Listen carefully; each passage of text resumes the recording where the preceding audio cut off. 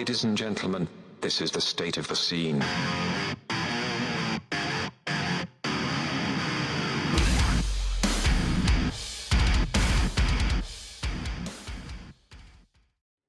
Yo, what the fuck is up, Warped Tour? State of the Scene, the alternative music show at SOTS Podcast on all social media. Sam here with Marcos. Album of the year season, baby. This is it. This is it. This is what the whole year has been building to. Everything's amounted to this very moment. Yeah, that's correct. So we compiled a list of every album we thought was a contender for album of the year. And we are going to narrow that list down to 20 and then organize them from 1 to 20. Yeah, we're essentially cutting off every album that's considered down to 20, right? Mm-hmm. And then between those 20, we're deciding what's number 1, what's number 17, 12, whatever. And at that point, we'll present to you that final list, and that'll be it. That's it. Right, and then the world ends. We'll have our album of the year at that point, but like, I think this needs to be reworded. Tell me what you think. Deliberations. No.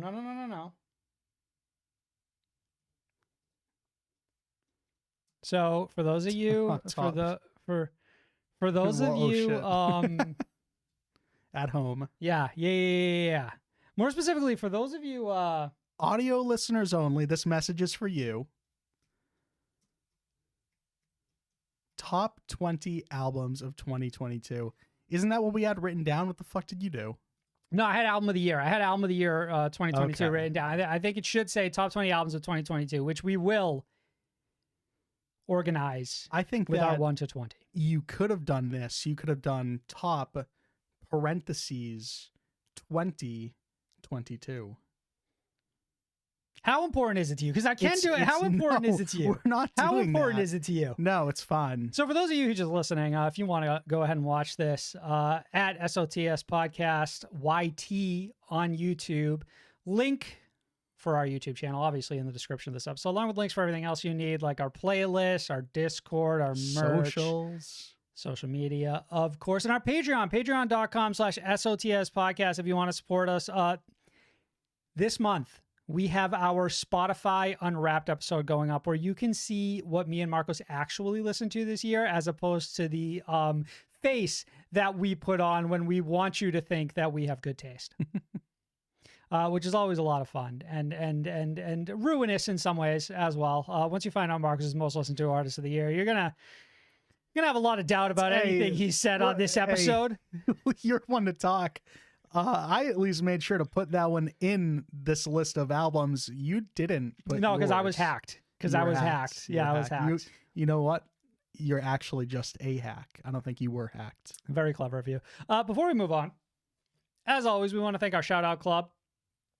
Eric Oxley, Jordan Marcus, Michael Hart, David Adams at David Adams CA, Christian Nino at Astronomer_Anonymous, Amber Nolan at Bayside_Demons, Luke Flanagan at LukeOT92, Ryan Wolf, Matt Morris at Matt OTF220, Ashley Lemon at GenderPunkXD, Maddie Gallows at Maddie Gallows with the A's RVs, at Caliber TV, home for all the best live music videos, Shanna Struble, Donovan Johnson at DonovanJ22, Luke Burns at LukeBurnsy_, Alex Fish, Zach Harmon at HarmonAlarm29, Justin Munoz, Ashley at Serpent Soul, Jonah Kloster, Daryl M, Brian Calgar, Aaron Adams at A_Ramen Nudes, and Doc Strangeblaze at Doc Strangeblaze.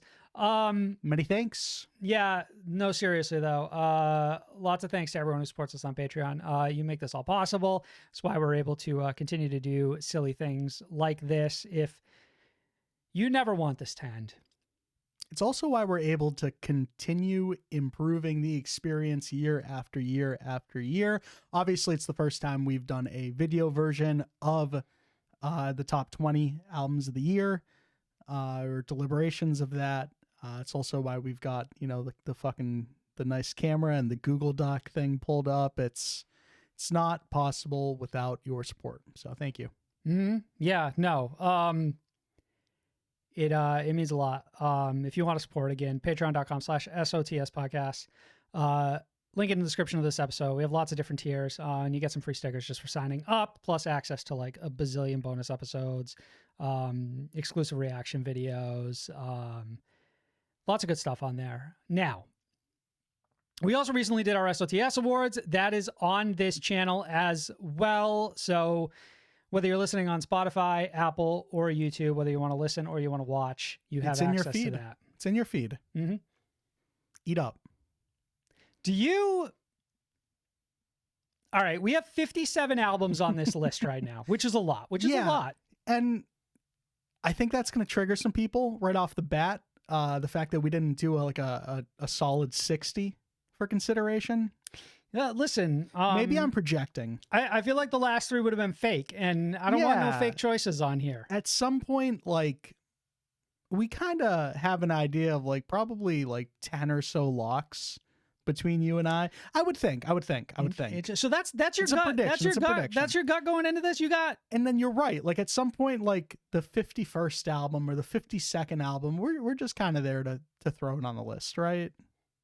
I don't know. Maybe. I mean, these are alphabetically ordered for the record. Yes. So like the top one right now is not our hottest lock, and the bottom one isn't our furthest from making the list. Just so everybody understands. So when I rally these off, they're just in alphabetical order currently. Before we start to fuck around with this shit, should we go one for one and just keep fucking rifling them off? I mean, you know me. I can machine gun these, or we could do that thing where you try to sound out a word and see if. I think I'm good with all these words. I don't know. All right, fine. We'll do it. We'll do one for one. We'll do one for one if you think it's fun. So, game face on. Once again, at SOTS Podcast on all social media, every little thing you need in the description of this episode. And thanks to Scene Daddy at Scene Daddy on social media, scenedaddy.com, for sponsoring the show. As always, we are going to read off the list of current contenders to make our top 20 albums of 2022. We are going to cut this list down to 20, and then we are going to arrange them from 1 to 20 to get our list from best to also best, but like most best to least best. Yeah, so for the record, regardless of what makes the cut and then where it makes that final spot on that cut, all of these albums are great. It's the only reason they're on this list is because at some point we connected with them throughout the year. So realistically, everything on here is wonderful. Honor just to be mentioned, of course. You have 10 locks in your head? No, between That's us. Fucking between nuts. us. So I think you probably have 5 locks and I've got 5 locks. So for long-time listeners... We might share 1 or 2. I don't know. For long-time listeners, obviously, you know that Marcos and I used to do this separately, and we would each have our top 10 or top 12 list for the year. And now we have to have an agreed-upon top 20, which has made this significantly more difficult.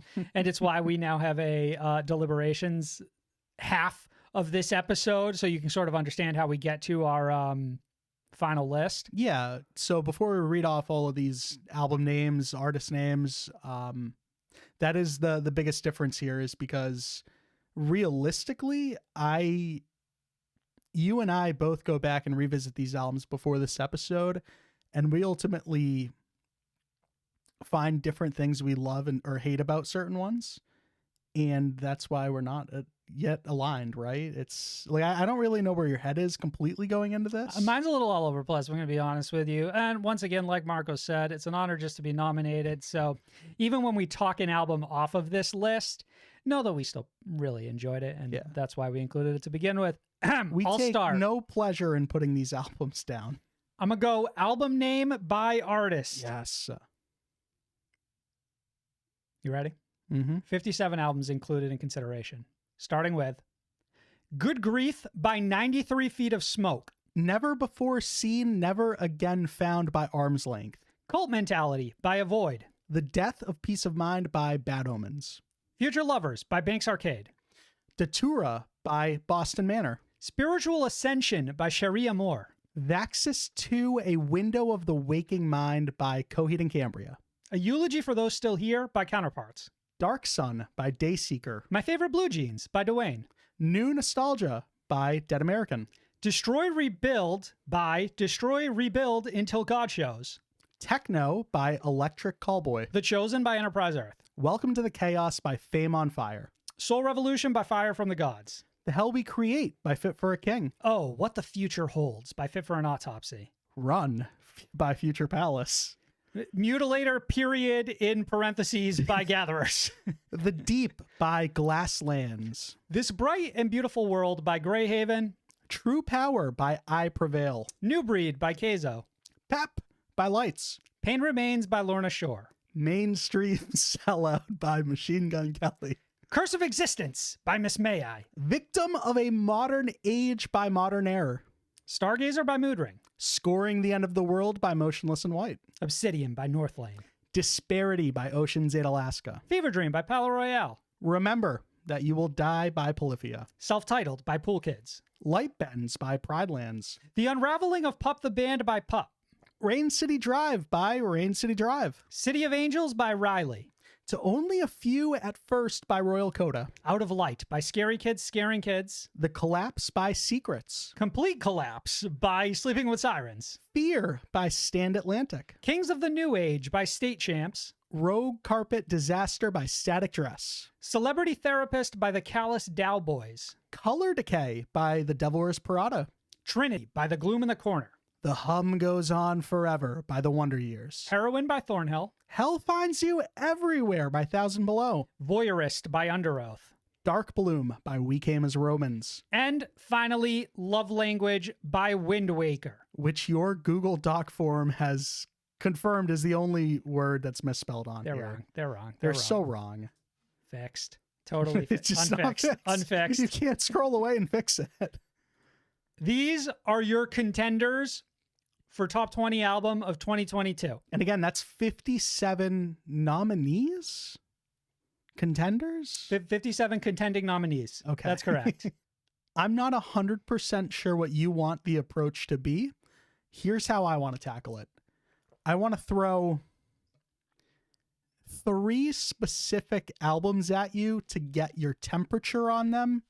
Doesn't mean that they're being locked, Like at random? or unlocked. No, there's 3 albums on here that I don't really know where you sit with them on. What Does that make sense? bizarre way to start, but sure, I'm game. Let's, by all means. How would you start? All right, I'm gonna go ahead and do the most obvious thing. What the fuck? And I'm just, Sam has listen. eliminated Bad Omens from contention. it's out. Fuck it. It's out. All right. So just to start the process. Yeah, that is one of the 10 locks I had in my mind. The Death of Peace of Mind by Bad Omens is a strong contender for Top 20 Album of 2022. So I just want to start this list by doing what I think is a agreeable lock between the two of us, and then we can start building from there. All right, I like where your head's at, Sam. Let's scroll down to MGK and let's do the same thing, right, baby? Mainstream Sellout by Machine Gun Kelly. Listen, what is your actual feeling about this album? Not a lot of people are going to like this, Sam. I do love this album. I think there's plenty to like on it. I've gone really back and forth throughout the course of the year on whether I liked it more than Tickets to My Downfall, which for me was a top 10 album of the year. And for us, were we doing combined list at that point? I don't think we weren't, so. and I think that was the last year before. hit around 11 or 12 for me. Yeah. So realistically, I don't know here. I think that there's definitely like some songs that are skips. The songs that are great, however, I think are some of the catchiest in all of pop. Name them. Come on now. Makeup Sex featuring Black Bear. Okay. I'm trying to get a feel for this. I just like, I think that Born with Horns is a really underrated song on here, which was supposed to be, I think, the original name for the record. I think that leads the album off. I think that I don't know. I can really get lost in these MGK pop punk albums, and time flies when I'm spending time with them. I just have a good time, and that's ultimately what I look for out of most of the music that I enjoy nowadays. Like, am I having a fun time? Like, is it good? Sure. But am I having fun listening to it? Like, is it an experience that I really crave or value? I had a real bipolar approach to adding albums to the nominees list, in that it was really the opposite ends of the spectrum. It was either, am I having a blast with this, or is this like emotionally a spiritual devastating? experience? Yeah. And I feel like a lot of the albums in between for me are going to feel a little forgettable. Now, I don't know that I have strong feelings one way or another for Mainstream Sellout. I do think it exists in the shadow of Tickets to My Downfall because it's 2 years after the novelty. And I don't know that like anything here is elevated above novelty, and I really appreciate the novelty of it all. Yeah. And I think it's a lot of fun, but you know, I don't know if I look at this and say, hey, are we better than the first Black Bear feature? Are we? Hey, now. Was I more hype on the Ollie Sykes feature than Halsey? Surprisingly, not at all. Did the Willow feature feel incredibly mismanaged? A little bit. No, I think the Willow features by and far the best part of that song. It's the best part of that song, but is maybe not the best utilization Example of the opportunity to have Willow. Right. You know, I'm a little hot and cold with it. I think we can put a pen in this conversation. I think what's interesting about this list overall is there's not a lot of similar albums to this year, which was surprising to me. I think the one that jumps to mind immediately is State Champs, and then Stand Atlantic kind of right there with it.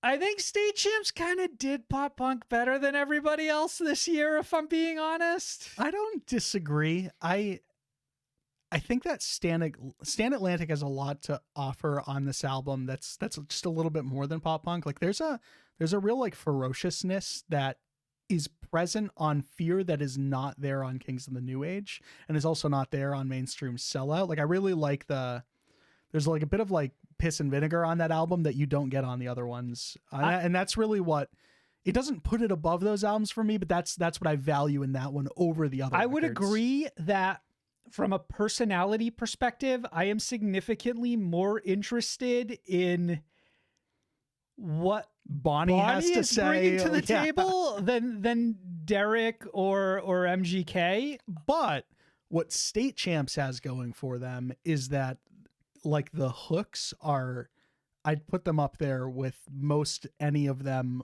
on this entire list. Throughout the course of an album, they do the hook really fucking well. It's a really catchy album. It's hard not to sing along to this one. I'm not sure 100% what else is there. I really have a good time with this one, though. Just so everyone's aware, these discussions generally do become fairly, and forgive me if I'm misusing this word, pedantic. In that we ultimately will take 3 pop punk albums and say, what is the best of the 3 for us? And that might end up being the one that makes it. I just like randomly had an album pop in my head that's not on this list, and I kind of want to get your feel for it. Okay. So let me make sure that I get the name of it right first. But I remember when I first listened to it, I was, you know what it was? Is you were talking about sort of State Champs, kind of like how clean it is, right? Yes, sir. And suddenly I was reminded of The Price of Dreaming by Hollowfront. Yeah, actually, that is. How would you feel about? I just think its name might deserve a. Hold on, let me do my alphabet. A, B, C. Pull up the Polyphia song. E, F, G, H. Here it is. All right, I'm gonna give me your feel for that album while I type it in real quick.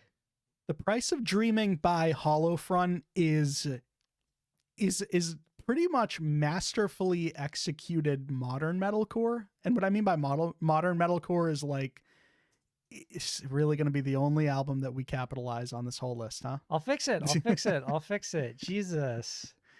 So there's no fix button. I think that you then. I don't know if like when I say that it means that it's the best metalcore album this year. I don't think that's the case. Yeah, but that's almost why I think it's also why we forgot it a little. I mean, yes, you're not wrong about that. That like, You know what it is that it's not flashy, but it's really fucking solid. Like I don't think there's one song on here that I would like take over Bad Things from I Prevail, for example. But as a whole, I remember it being like kind of flawless. Well, and not only to compare it to that album, I Prevail's got a lot of great songs on True Power.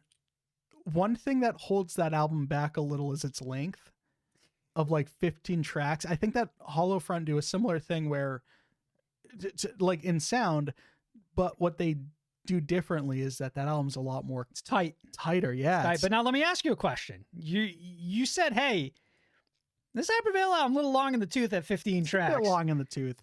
We've got one lock nomination right now, and forgive me if I'm wrong, but it's 87 minutes. yeah, like it's up there lengthwise. I think Death of Peace of Mind is a 52er, which nowadays that's 2 albums. That's essentially a double album. It's 3. This one could have been called albums. The Death and Peace of Mind. Bro, you imagine they released the deluxe edition? 6 more tracks. I don't know. So all right, who do you get on the Just Pretend feature when you re-release it? You got to go Loveless, baby. You got to really fucking all right, you got to really capitalize on the TikTok popularity there. So I feel like we're just kind of talking this out at the moment. So no other locks here. What we haven't done yet is get your temperature on the 3 albums that I did. Oh, let's circle back. Yeah. But like just for the record, like we've already kind of tackled like 5, I guess, and we haven't touched the 3 that I need your temperature on. All right, just name them. And start with the first reason one. I want your temperature on these 3 specific albums is because I don't really know where this episode's gonna go. I don't know where this list is gonna go. Oh, you want to know how much of a fucking pain in the dick I'm gonna be? That's what you're trying to figure out right now, sir. It's predicated on what you're about to say. So we're going to scroll down to the E's. Right. And I want to hear what you have to say about Techno by Electric Callboy. This for me is kind of a soft lock. Okay. You said it up top. Did I have fun with this record? Did I have more fun with any other record than Techno this year? I don't know that I did. So we talk about this every year about how like going back and revisiting albums like a week before we do this, like can heavily manipulate how I thought I felt about an album, even though I came in thinking to myself, yeah, I could probably make an easy 10. By the time I'm done re-listens, I'm like, 6 of these don't belong here, and 6 new albums pop up. I went back to Techno and I was like, I remember it was good. I mean, it's Electric Callboy, right? Like at this point, their floor scrapes the ceiling. You know what I mean? But it's kind of better than I remember it, which is a little bit, right? Which is a lot of points in their favor. Definitely had a similar experience. I was like going back to the songs and I was like, I don't really remember how fucking good Mind Reader is. All right, let's go. You touched on another point though, which is you re-listen to some and 6 albums you thought were locks suddenly fall very far off. Yeah, I had some I wouldn't call them bad experiences. Like I didn't dislike the album by the end of it, but I was like not sharing the same enthusiasm with myself that I had, 6 months ago or 8 months ago or 6 weeks ago. Yeah, like you were still living in like some strange honeymoon phase with that album, having not went back and re-listened to it and it's not so beautiful, right? Precisely. I feel like sometimes I come onto this podcast and I'm a little too much of a hype beast because I'm coming off of like my first listen of an album and I'm thinking, yeah, this was a lot of fucking, this is good. This is fun. I had a great time. And then like 6 months later, I re-listened and I'm like, oh yeah, like I still like some of these things, but it's not like Sam, calm down. Like it's not what you said it was 6 months ago, obviously. I think it's harder now than ever before to really like temper your own feelings on an album, having freshly spent 2 listens with it over the course of a handful of hours before you came and recorded the review of it. Insider information, this year was a lot better than it's ever been in the past by virtue of receiving albums earlier than normal. So much easier. Yeah. So at least I was able to spend, but it's still there. Right. More than 6 hours with it before recording. Okay, so Techno kind of a soft lock. I don't disagree. I'm also this is a soft lock. I don't know that I'd move it right now, but I'd soft lock in my head. What else? What letter am I scrolling to? We're actually going to scroll down to the bottom of the list. Okay. This fucking long ass stupid list. And I'm curious. I don't know why with a specific album. And again, I'm not asking you to soft lock or unlock anything.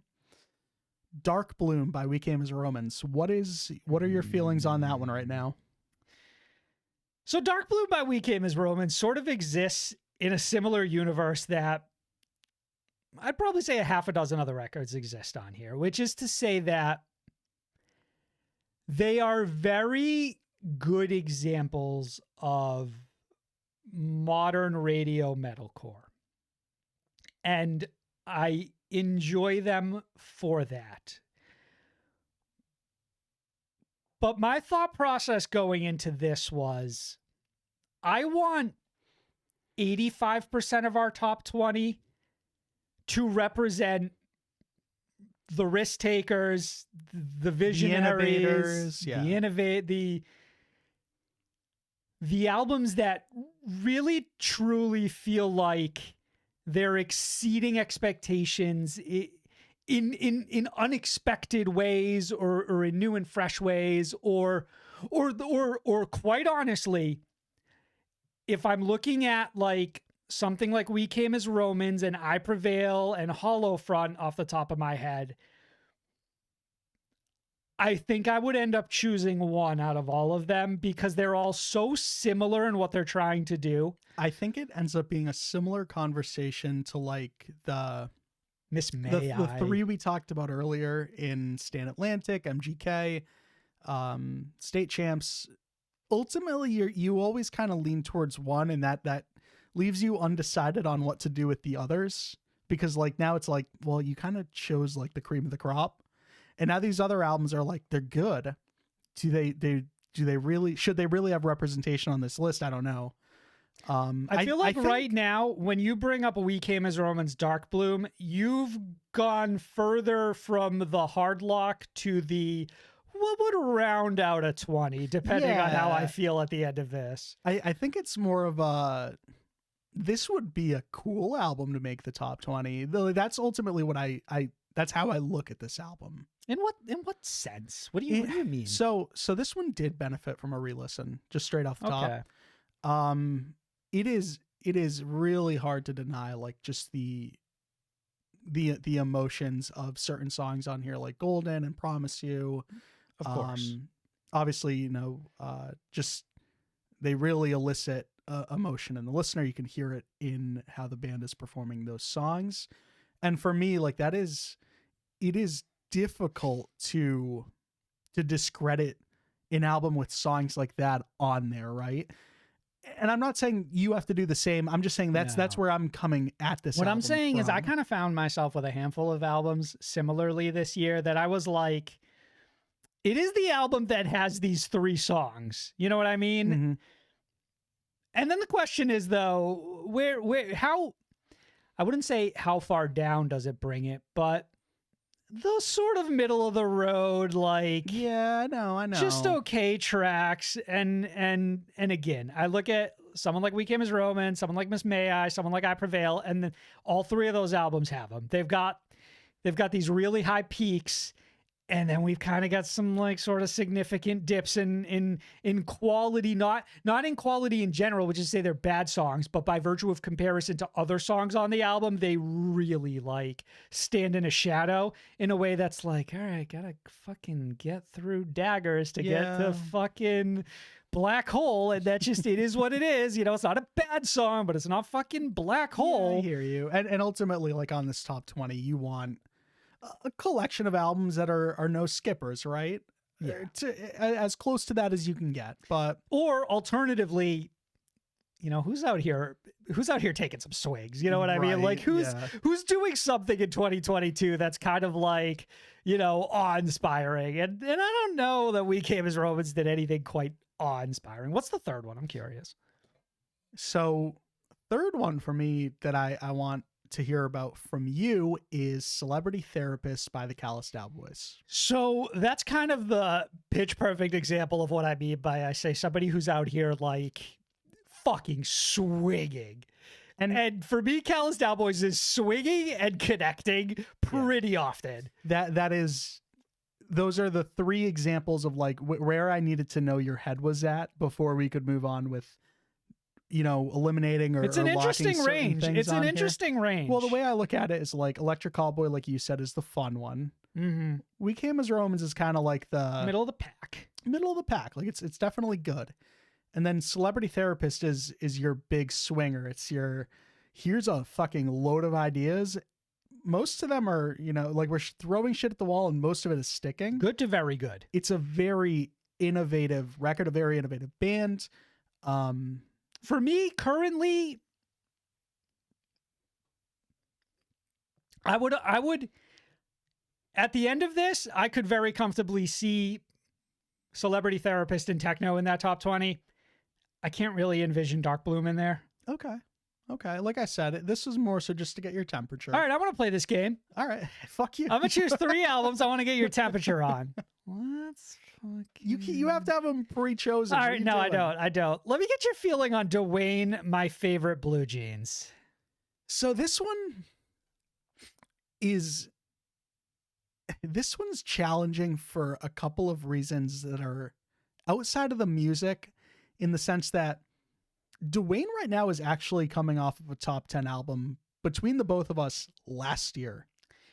Stains made it to like number 7, I think. That's true. Is there any other artist who also released an album last year that hit our top 10, specifically last year? Obviously, there are a bunch of artists in here who have been at like our top 10 before. Yeah, and there's bands on here that did like EPs last year. Like I see Boston Manor on here. Right. But I think Lorna Shore. That's the only band that went like full album right after. Alien wasn't last year, right? Alien was not last year. Okay, I think that was 2019. Shit, Jesus. Yeah. It's fucking been a lifetime. Maybe Riley. No, Riley wasn't. Maybe, but it wasn't in our top 10 for what No, it's worth. Riley was 2020. That was one of those fucking 2020 sucked, man. Not because of Riley. Not because of Riley, but like just the way that like we were I think that's the way albums came out in honestly. 2020 bothered the shit out of me. Yeah, I'm with you. So I Curious. really like this album, and I think that it shows a couple of different sides to Dwayne that weren't present on Stains. The issue I have with it, and it's similar to something you mentioned earlier with MGK, is that I think this album sort of lives in the shadow of Stains. I think that it came out That's my issue. way too soon after that last record. Sort of the problem with that Willow record as well. It's good. Why did it come out so soon? It came out so soon. Agreed. And I know that, like, especially that being said, I feel like you don't have this same hang up on like MGK. MGK was 2020. Okay, so you do feel like MGK actually gave you I think there was a proper little bit breathing of space. Yeah. Because all these artists sort of do feel like they fall into the new wave of pop punk. Yeah, and I know that like within that new wave, the rules are a little different, right? And there is like fucking Magnolia Park gave us 9 EPs and 3 albums this year. Magnolia Park might be a quintessential example of a band that does too much, but they get away with it because they're very, very fucking good. Like they're very, very fucking good. I checked my phone right And before Dwayne we started isn't not recording. bad either. They have another new song right now. Yeah, I saw that as well. Jesus. I saw that as well. They don't. They had another song. They had a feature before that, and Joshua released a solo song this week as well. So like Magnolia Park is almost like they should be included in the conversation because there's such a fucking anomaly to this how this works. But with that in mind, like I don't know, I look at this album and I think I don't feel as strongly about it as I do Stains, and that's my hang up. Okay. It doesn't mean it's not on the top 20 when it's all said and done, but that's kind of where I am with it. Let me get your feeling. I thought this was an interesting inclusion. Pep by Lights. So, I, for whatever reason, really attached myself to this album when it dropped earlier in the year. I want to say like April maybe is a drop date for this one. Right. Yeah. And it's an album that really like the album title really captures the mood and the energy within the songs, the collection of songs within the record. It's just really like high energy for the most part, high energy like instrumentals, and I think Lights has a really like lights their voice, and not specifically like their vocals, but their voice, like the things that they have to say, I think are really, I think it's really Their persona. yeah, the whole persona, the whole, and especially like Pep 2, like the aesthetic of this album. I think it's like from a full package deal, this album really does speak to me. I don't know if if I had to throw something out there right now, it would be like, it's not a hard lock. I could see it I could see it at the bottom of this list, if that gives you a little bit of an idea where my head's at with it. But it was an album I at least wanted to consider within the list of contenders, because we talk about like an album, you know, we had fun with, and like stuff we're looking for. I'm also not going to deny, like, when an album really just speaks to me and I can't stop listening to it for an extended period of time. I'm a little stronger on this than you might think I am. Really? Yeah, Revisit really paid off with this. I think it's got a couple. That's kind of I think it's got a couple filler songs. Yeah, like, I'll flat out call them like Salt and Pepper, like filler songs. But when it's good, it's extremely fucking good. So ridiculous. Right. So I feel got like the Joshua feature from 21 Pilots. Yeah. There's just a lot, like, there's some great storytelling. I don't know, like, I also feel like there's not another artist on here like similar to straight up like pop representation. It just sort of like is non-existent. Third one I need an opinion on is Stargazer by Mood Ring. This one benefited a whole fucking bunch from the revisit for me personally. I remember enjoying Stargazer, and the EP came out last year, and one thing that I couldn't shake is that I like the EP more. And what I actually did with this one, which I didn't do with anyone else here because it didn't really apply, because I had different feelings about whatever. I went and I listened to that EP first and then the album. And that really opened my eyes to the amount of growth that this band has. And I don't remember if that one was last year. It could have been the year before. But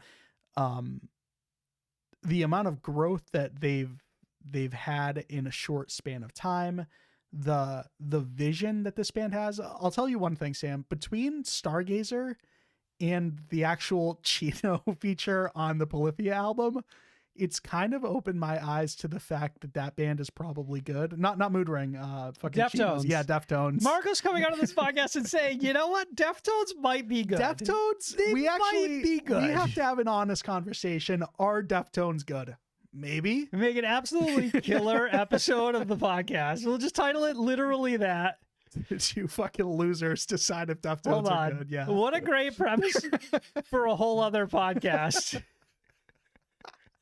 Is Limp Bizkit good? Are Limp Bizkit actually the best band? Is Taylor Swift good? See how quickly we could get fucking destroyed. Stargazer has a ton of Mood Ring's best material. And again, a band that doesn't have a ton of material under their belt, but we're talking songs like Peel, Red Light. There's just so much to fucking love about this album. And it's a short one that really doesn't outstay its welcome and benefits from just revisiting it right after you're finished with it. Does that make sense? Like, I finished this album and the first thing I want to do is start it over. And I think that speaks volumes to, like, maybe something that's inherent on a lot of the albums that ultimately end up on a top 20 at the end of the year, right? What is your temperature on this one? Here's my issue with Stargazer, an album that I think is very good. It's the issue I've had with it since it came out the same week that a very similar album came out that I feel all the way you feel about that, which is Heroin by Thornhill. For me, those albums are completely locked in my mind, but I swing so far in the direction of Heroin than I do Stargazer. I'm not sure I agree that they're fully that similar. But one thing I'll tell you, my biggest secret heading into this episode is that Thornhill's Heroin ended up being the album that benefited the most out of a re-listen for me. You want to hear something else? Tell me your secrets. My second hard lock would be Heroin by Thornhill. Lock it, because that's currently where I'm at with it. I guess we'll probably get into that conversation. I don't want later. that. I don't want that to be a full-on commentary on Stargazer by Mood Ring, which is an album that I enjoy. And you're right, isn't completely one for one similar to Heroin by Thornhill, but for an arbitrary reason, like them coming out the same week together and me listening to them back to back, that I was completely married to one and not the other kind of skewed my appreciation for Mood Ring. I think that they, for me, kind of cannibalized each other in that same week. And I know that we had an advance of Thornhill, and I got to spend a little bit of time with it before we recorded that episode. But I remember that being a really loaded week for no reason, because there were more albums than just those two. And it feels like I didn't spend enough time with any of them. I wonder if they're on this list and if we could ever remember what they actually are. But was that 3? For me, you threw yeah, that was your 3, and then we both sort of did a handshake agreement on Thornhill, and it's been moved up alongside Bad Omens as our only 2 relatively comfortable locks at this point for our top 20. I'm gonna need you to put a space in between that L and that dash, or else my brain's gonna explode. All right, I got you. Thank you, boss. Do we need to lock that's more number things? 1 and number 2, baby. Let's good episode. Do the rest matter? Do we need to lock more things? We probably have to lock more things. I think that right now we're like 87 minutes into this episode. We've locked 2 out of 57, and we can scroll right on down to the Devil Wears Prada and lock Color Decay. And yeah, I mean, there's obvious ones on Give me a light explanation for the Color Decay lock. Devil Wears Prada's best album. Okay, give me enough time to copy paste. A band that has had pretty fucking incredible albums just delivered their best one, like 85 years in their career. And it is a very, very hard lock. This feels like an elevated version, this album, Color Decay, of the conversation that we were having about Dark Bloom or True Power or even The Price of Dreaming. Like, this is the step above that, but it exists sort of in a similar vein. This is the album that, this is what I want an album to be, right? Give me more. Give me a little bit more. The problems present within like an I Prevail album, and I'm not throwing these bands ondir the bus by any means. A Weak Game is a Romance. First ones that come to mind. Sure. These are Fame on Fire is another similar band. These are strong collections of songs. They're just kind of all singles though in a way, right? Not because they were all delivered, like, especially like We Came as Romans, not because they gave us 14 of them before the album came out, but because technically those can kind of exist without each other. I don't know if on Color Decay, like a song like Cancer can kind of just exist on its own without being present on an album like Color Decay. I think that it's an album where every song benefits from other songs being present within that record. And ultimately, I don't think any of the members have ever sounded better than they do on here. I don't think that the songs have been any catchier than they've ever been on here. I don't think that even some of the breakdowns have hit as hard as they do on this album. The riffs, this is the Devil Wears Prada having gone like Super Saiyan God mode. And I'm sure we'll get much deeper into that conversation, but I feel really strongly about that album. We were talking earlier about how, I sort of thought of my nominees in 2 different ways, which was sort of like, hey, fun and then, introspective. Sure. I also do kind of look at albums in 2 different ways, and it's like, hey, what had like all my favorite songs on it?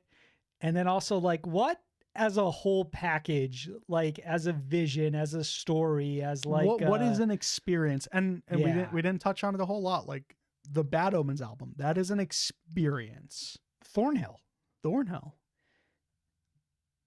I think that this list does not make sense without Pain Remains by Lorna Shore. I agree. I think that's I don't know if obvious lock is what I want to say on here. It's obvious for me. Yeah, that was initially like this, like before I like looked at like Dark Bloom, that's an album I wanted to throw at you as well, because I don't remember really where you ultimately finished. So I'm gonna be honest it. with you. I'm gonna be honest with you. The first time I heard it, I was like, okay, this is cool. Every time I revisit this album, and the more I think about it, the more it like consumes me. And I still feel like there are layers to this album that are so fascinating That you have barely scraped, right? No. I've scraped them. Yeah. Yeah. And what it is that I just feel like every time I listen to this album, it's such an insanely rewarding experience. And it also created what I have coined the Lorna Shore conundrum, in that I look at every other deathcore album and I compare it to Lorna Shore, and everything is just like a fucking 40-foot grave below the Lorna Shore looking down on them. And it's so hard to break myself of that. Yeah, this is a sound that is so good it makes other bands worse. I look at Lorna Shore and say, does any other deathcore band deserve to be on this list alongside of them? And I can't comfortably say that they do. I'm not sure I'm there, but okay. I'm close. I think I think ultimately this top 20 is going to have a lot of metalcore. We're going to try to put a little bit of pop punk. I don't know. Maybe I Lights agree ends up with on that. you, right? Like, I think I strongly disagree with that take. so what do you mean? That I don't think I feel there's an abundance of metalcore on. There's an abundance of metalcore in this nominees. I don't think that. I think after these four, I'm kind of curious what other metalcore records you would lock in here. Okay. Well, I'm not sure I'm going to give that to you straight off the bat. And then even if we look at this top, you can argue one of these is metalcore. Yeah. The Thornhill has completely washed their hands of it, and Bad Omens are pretty fucking close. Yeah. And Lorna Shore would be, adjacent to, but not in the same genre. Yeah. So that's exactly one metalcore record up here, and I don't know that I would add another one. All right. Which might sound harsh to you. Chill. Ooh, that's not true. I would add one other what one. I want to do? Yeah. And I'm curious if it's the same one, because you just scrolled past All it. right, let's go get it. Let's go get it. Scoring the End of the World by Motionless in White. Yeah, but the fucking problem with that is it's like, I don't even think of it as a metalcore record. I think of it as a Motionless in White record, and it's the best fucking one in a decade. Yeah, that is the biggest thing that Scoring the End of the World has going for it. It is the best start to finish Motionless in White album since like Infamous. Yeah, and what's interesting about it is that I feel like this is going to sound crazy, but I feel like we needed 3 soft hits of an album to get to this version that takes aspects of all those albums and creates the best versions of them. So you're saying we needed like a lifetime of growing pains before this album could exist? A little bit, kind of. I kind of feel like Motionless in White was sort of like feeling out a million different things across their like career, and they finally figured out a way to bundle it all into one album. No, I think you're kind of hitting the nail on the head, because ultimately I think what Scoring the End of the World is it's a collection of like the 3 best song versions of, like, it's like, say it's a 12-track album. It's like 3 songs of this cool version of Motionless, 3 songs of that cool and it's not been the case with other albums, because it's been like, here's one version of Motionless with 3 of these versions of this song, and 2 of them stink, right? And I'm sure you and I have always felt like I have a preferred version of Motionless in White, and I don't feel the same way after listening to this. I'm kind of like, I'm digging every fucking angle. Yeah, I think like there's currently not a non-preferred version of Motionless in White. I don't think it exists on this album. I think that everything they set out to do, they accomplished pretty well on here. And I don't know, like I look at Scoring the End of the World, and I'm ultimately really high on it because it's a Motionless in White album I loved. And that's why I think it should be a lock for a top 20, because like somehow, some way that has not been the case, right? Yeah, 100%. 100%. For anyone unfamiliar with our top 20 lists over the years, like Disguise didn't make it. For Graveyard Shift didn't make it. Not Infamous. Reincarnate certainly didn't make it. Certainly's a little strong. I would take Reincarnate over those other two. Great songs, incredible. Some of talk about Graveyard Shift. Eternally Yours is potentially this band's best song. We had another life on that last album. Like this band is like. Motionless in White never fell off. It's just like the album was never quite as clean as it was the first couple times around. All right, I think scoring the End of the World's a lock, and we're currently at 5. What we've determined are locks. We've got 15 open spots, Sam. I feel like we've looked at the top of the list a whole bunch. I want to see the bottom of this list a little bit more. Let's take a look at the bottom of this list a little bit.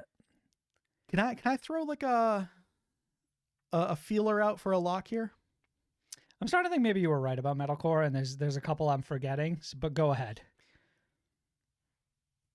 Rogue Carpet Disaster by Static Dress makes me feel how I first did when I started listening to this type of music. Bro, it was like turning on the year 2006. It was such a fucking weird feeling. It is not only just because the music itself is like, it's a callback to that era of like sound, but it's what I'm more so mean is, for me, it's like I am once again feeling all of the feelings that I first felt when I listened to bands like that. Not because they sound like that, but because like there's like things going on inside of me where I'm just like, I haven't felt that in a long time. Like that is the response that Rogue Carpet Disaster elicits out of me.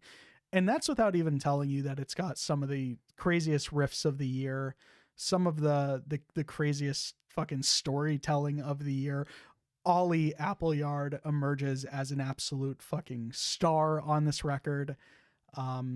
Static Dress are visionaries. Static Dress are fucking visionaries. I think so. I would feel extremely remiss if this record somehow did not end up being in the top 20. No, I'm not going to lie to you. You don't have to make a strong argument to get Static Dress in here with me. Unless we start to get to that point where we're near 20 and suddenly 3 other bands are missing, then I don't know what's going to happen. I think that Polyphia is on this fucking list.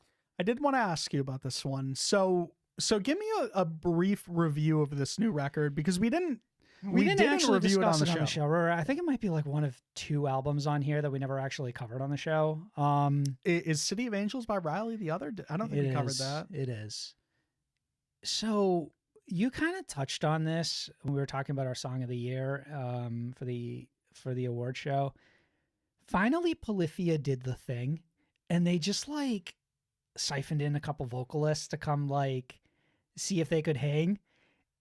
And bro, can they fucking hang? I think the best Snot feature alone almost makes this a contender. The Lil West feature as well. It's that Sophia Black. Those 3 are nuts. But it's also like specifically with the Lil West feature, it's the fact that like it's not because they're featured on the song, it's how it's implemented. They don't even start. It's an instrumental song for like 2 minutes before that feature even hits. And when it does, like it's a beat, so everything changes. It's insane. The people that they brought on for this record and how they implemented them that's where the magic lies. It's not just because Polyphia finally, and it's not because they finally introduced bands. It's not. You mean vocalists? Yeah, vocalists. and it's more than just having those features, because ultimately what we've been asking for is like, all right, Polyphia, get fucking Mike from TDWP on a song, get all these people that are just scene adjacent. Polyphia had like eyes on so much more in the fact that like, holy shit, so let's get Sophia Black, is it, on a song? We didn't know that artist. Let's get Snot on a song, who's really started to skyrocket stardom wise as of late. And it's all of these like unknown features, like throwing Chino on a song by Polyphia for some might feel like a no-brainer. For me is something that is so out of left field. I would have never asked for it, expected it. And the fact that it's damn near the best song on this album, Sam, for me, is what makes this record such a... I agree. I think it's a lock. For me, this is going to be the only time that it feels like Polyphia asked people to be on an album, and now everyone is going to ask Polyphia to be on the album. Right. So it's all of that. And then when you strip the features, it is as compelling. And I think it's Polyphia's best album by a wide margin. It's hard for me not to feel incredibly enthusiastic about it. I have had a habit of just completely falling off Polyphia albums after like the first 2-3 months they were out, and then like I haven't revisited. And then hitting No like Levels, a song No or two Devils, that you really liked. Yeah. Yeah, like the singles really do stick around, but like it's been years since I checked out like that first couple albums the first album that we kind of came around in this band with, and Remember That You Will Die, I think is a really strong album. So thus far, it feels like you and I are kind of on the same page. So I'm curious at what point we're going to start to like... I'm pleasantly surprised. Yeah, so coming into this, maybe you were right. Maybe there is a clean 10 that, at the very least, you and I feel pretty agreeable. Well, I think that for the most part, what I'd like to think we've done is really just elevate all the no-brainers up this list. Ah, yes, the no-brainers. The no-brainers. And I'm sure there's conversations on here that you and I are potentially avoiding. Here's the thing, is that I have some no-brainers that I'm scared you don't agree with, so like I don't want to bring them up. What I think... I agree. Like I'm surprised that we haven't butted heads a little bit more. That is something that I wish we had done last year, was record that episode, because you would not believe the war Sam almost started on trying to get like Of Mice and Men into the top 30 or the top 20 or whatever. Last year was so miserable. Last year will forever be the year I was worried we were going to finish the show. Was outside of our top. That's the only thing I remember about last year. That was, I remember my number one, and then the album outside of my 20. Yeah, I could barely tell you what was on the top 20 last year, but I do remember all of the hard fought battles, and I'm sure those are going to start popping Ice up. Nine Kills was in the top 20. They were last year. They were. Are you wearing a band shirt today? I'm not. Okay. I'm wearing like I tried wearing like the flannel a little bit more on the show because we had like the whole anime character with the flannel, and then I never did any of that. Oh, so you're trying to live up to like your I'm trying perceived to image. Yeah. Mark's is a flannel guy. I also think there are some albums on here that you might think are supposed to be up in this list that I don't agree with. Say one of them, bitch. I don't know exactly where you stand on this, but I don't think after a re-listen, Greyhaven. All right. I'm gonna tell you, I got one child on this list that I will protect. Bro, there's no fucking way with all it's my Greyhaven. fucking might. Like, are you kidding me? Like I am fucking Kratos There's in God no of way War. it's fucking Greyhaven. Because it's Greyhaven. This Bright and Beautiful World is a absolute fucking banger of a record. I get absolutely lost in it. I think that I'm gonna need specifics. I'm gonna need specifics. A dark and brooding energy to it that is all consuming, in the same way that you try and tell me that fucking Pain Remains by Lorna Shore keeps fucking calling to you. This is an album, Sam. If you put this CD out into like the middle of a forest and I'm on a hike, like I'll start hearing fucking like whispers leading me to it. I'm already tired of this discussion. It's just like it's not bad. It's not bad. I think it's not the debut. I think it's a really, really big improvement from the debut, actually. You're out of your mind. I think that this Bright and Beautiful World actually belongs on this top 20. I love this album. It benefited even more from the re-listen that I gave it. I'm already over this discussion. You're such a bitch, dude.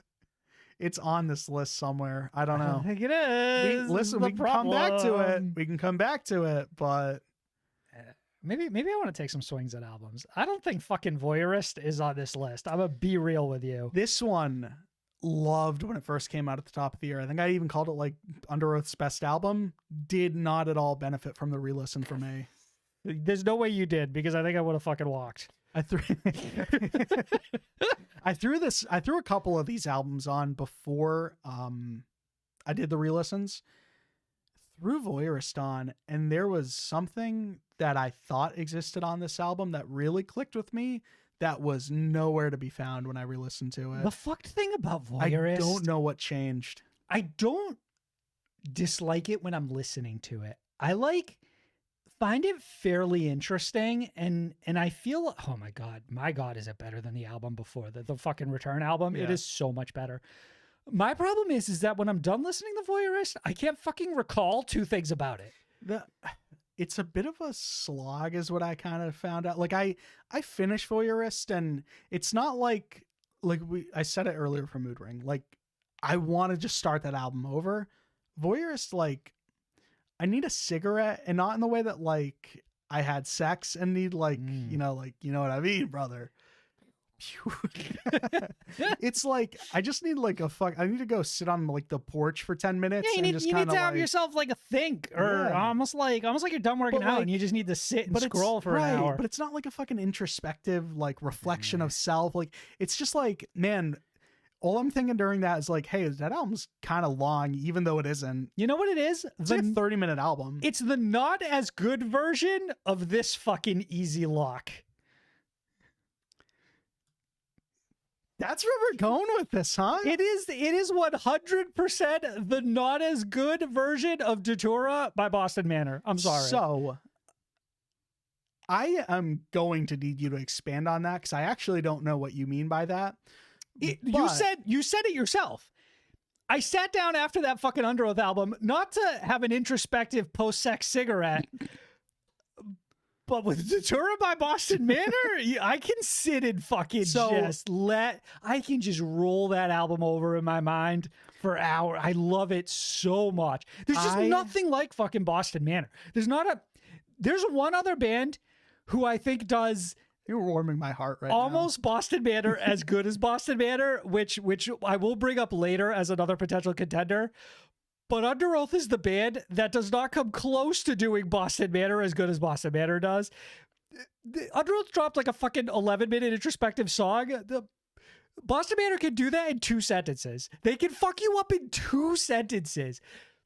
They can sometimes do it in 1, is all I'm going to say. I feel like you really needed me to explain, and you're just going to flip this and say, obviously, this isn't our top 20. So, Sam, if this was the traditional way we had done it in the past, Datura for me is probably like a top 3. I'm not even gonna fucking front. I don't know that I'm even disagreeing with. I feel like you and I keep bouncing back and forth and not wanting to say who the like 1-2 albums of the year are. But I think quietly there are more album of the year contenders on this list than you and I have acknowledged. I was avoiding the Boston Manor conversation because ultimately I thought that you were gonna tell me it's not on this list. My guy. And I didn't even want to have the conversation. As if I also didn't have Glue and Welcome Into the Neighborhood in my top 10. I know, but like for me, I didn't know with Datura if like you were gonna. There's a band on here that's not on this. There's a band that's not on here. There's a band on here who isn't on here, which is fascinating. That have actually promised what I think Boston Manor haven't actually come out and said. You're talking about Chelsea? Double album. Yeah. So I didn't know if the fact that this being like a 7-minute or a 7-song, like 27-minute album was going to be a deterrence for you. Listen, it's only a deterrence if I feel the length one way or another. Datura in a negative.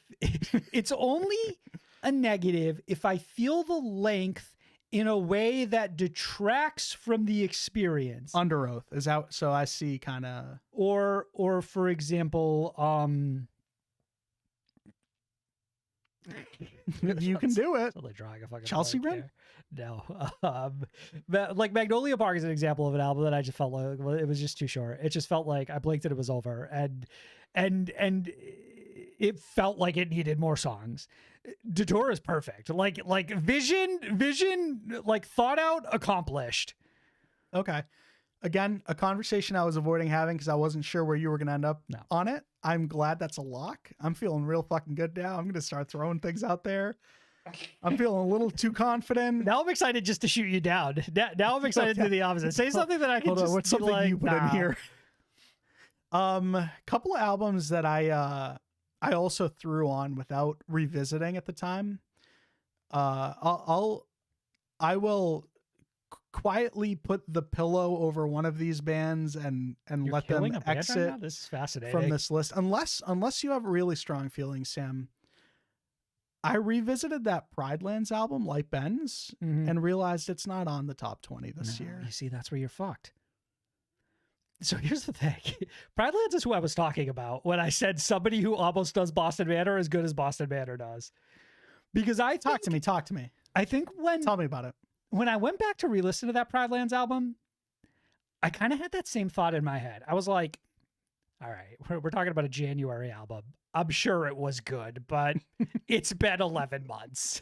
We've had 700 other albums. We convince ourselves every single year that January is not a dump month, and I think it ends up actually being a dump month.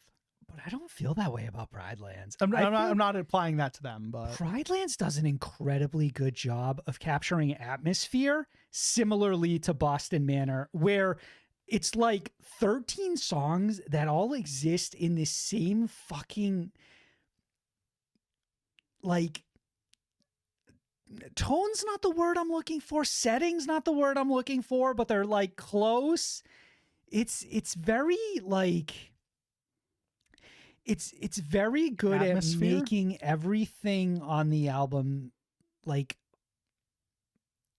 interconnected, but not from a lyrical or like conceptual point of view, but just by virtue of like the sound sphere that it like crafts. It's like you live in that album and like you never get jolted out of it. I don't disagree with any of that. And ultimately where I cooled on this album on a re-listen was that I did feel its length a little bit more than I remember having felt it. Okay, yeah. And only because these bands somehow live in the same place in my mind. Australia? I'm not talking about Boston Manor. So I'm going to throw another band on here that's on this list out. You had what I think was a similar experience, at least the first go around, with Glasslands and their album The Deep, that I thought I had with Light Bends. And I think I still had when I first listened to it. And then I re-listened to both of those and I came out fairly higher on Glasslands than I did Pride Lands. Listen, I'll listen. I'll listen to a Glasslands pitch. Like, so Glasslands for me almost does what I was saying Pride Lands doesn't exactly do, which is Glasslands is very good at wrapping their narrative around by sort of like teasing out these little lyrical bits and stuff like that.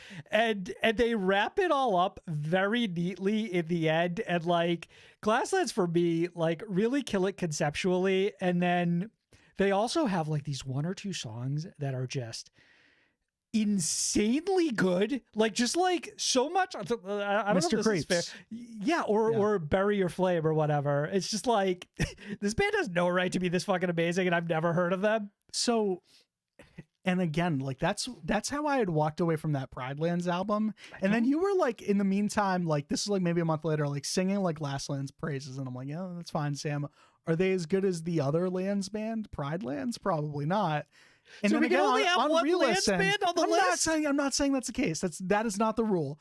But for me, for whatever reason, they live in the same place in my mind. And I revisited Glasslands and had the experience I thought I would have with Pride Lands and didn't with that actual Pride Lands. This is interesting. This is one of those weird ones where I feel like I've won and I've lost at the same time.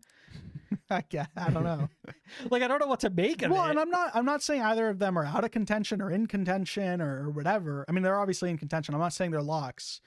I do think that was a good conversation to have here, though. You know what's an album that didn't hold up for me in a revisit? What? Speaking of January, Oh, What the Future Holds by Fit for an Autopsy.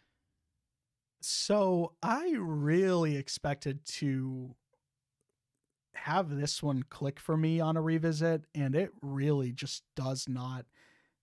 And The I Lorna Shore actually, Tundra. so part of it for me too is I don't know if I love this. This might sound crazy.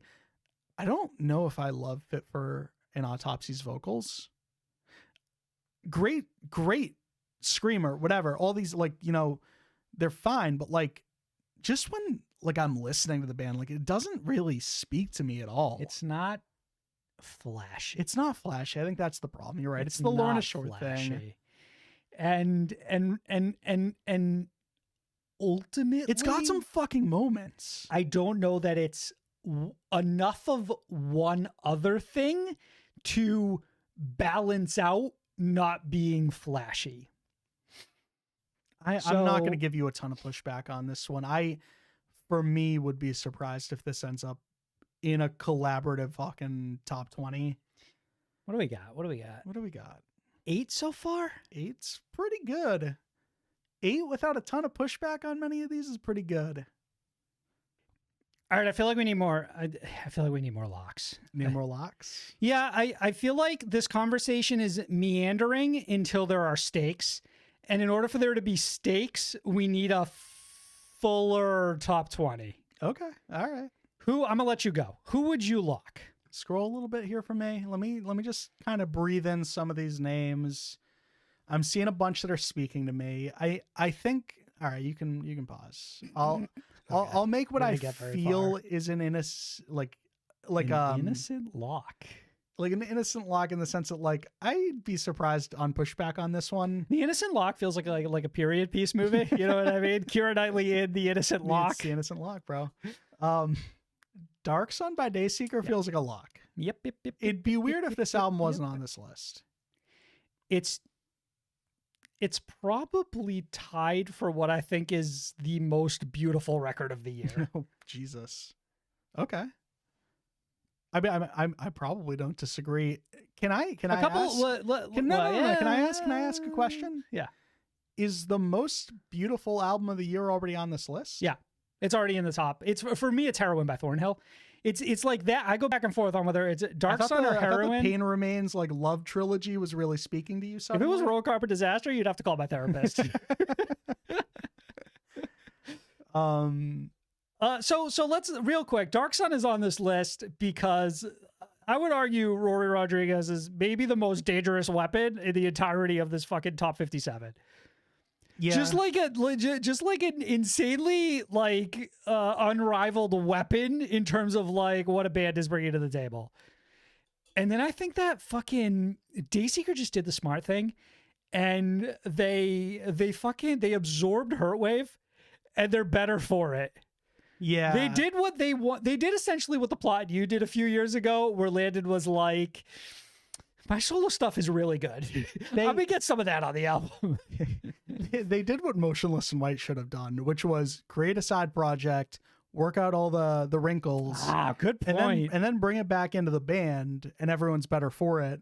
Motionless in White did it the hard way and released like 3 iffy albums. I can't visualize like a solo Chris Motionless record. Like I truly can't, but it's actually shocked we've never gotten it. Such an interesting idea now that you brought it up. It's actually like that could be dangerous, right? That could be good. I don't know. You lock one.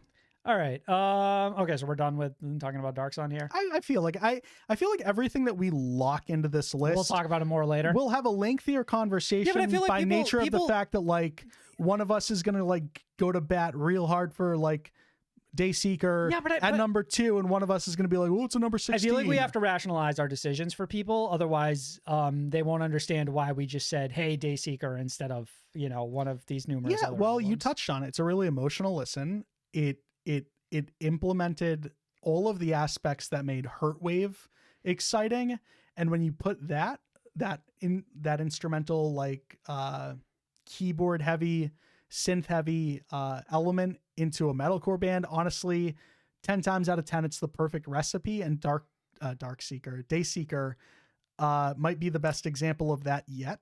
You know how there's like a like a European band who's not Beartooth, but they're called they're called like Bloodtooth and have the same like logo font. We're getting Darkseeker out of fucking like Germany next year. Rise of the Empire signing Darkseeker right now. That ink is still fresh. All right, I'm gonna fuck around and take a huge swing right now. I think Pool Kid's self-titled album is in the top 20. I'm not going to give a lot of pushback on this one. This one benefited from a revisit. So easy today. Still loved the album when it came out. Benefited from the re-listen as well. So for me, again, that's a no-brainer. I think that Pool Kids are a really exciting new band that I think it's the best written. Just listen to them forever. I think in terms of the prose, it is the best written album of the year, and nothing comes close. Expand. It's incredibly clever. It's wildly self-aware. It tells very personal stories from a very personal voice, but does it in a way that doesn't feel like it ever dumbs down anything for anyone. You need to take the time with the album to fully understand the sort of like story or little bits of narrative that are being conveyed. And every time I go back and listen to it, I'm just fucking like gobsmacked by how well written it. Like it's just like one of like the dirtiest fucking like nastiest fucking secrets in this scene is Pool Kids. But I am like me stumbling upon this band was just like randomly retweeted by somebody. A clip of their music video seemed kind of funny.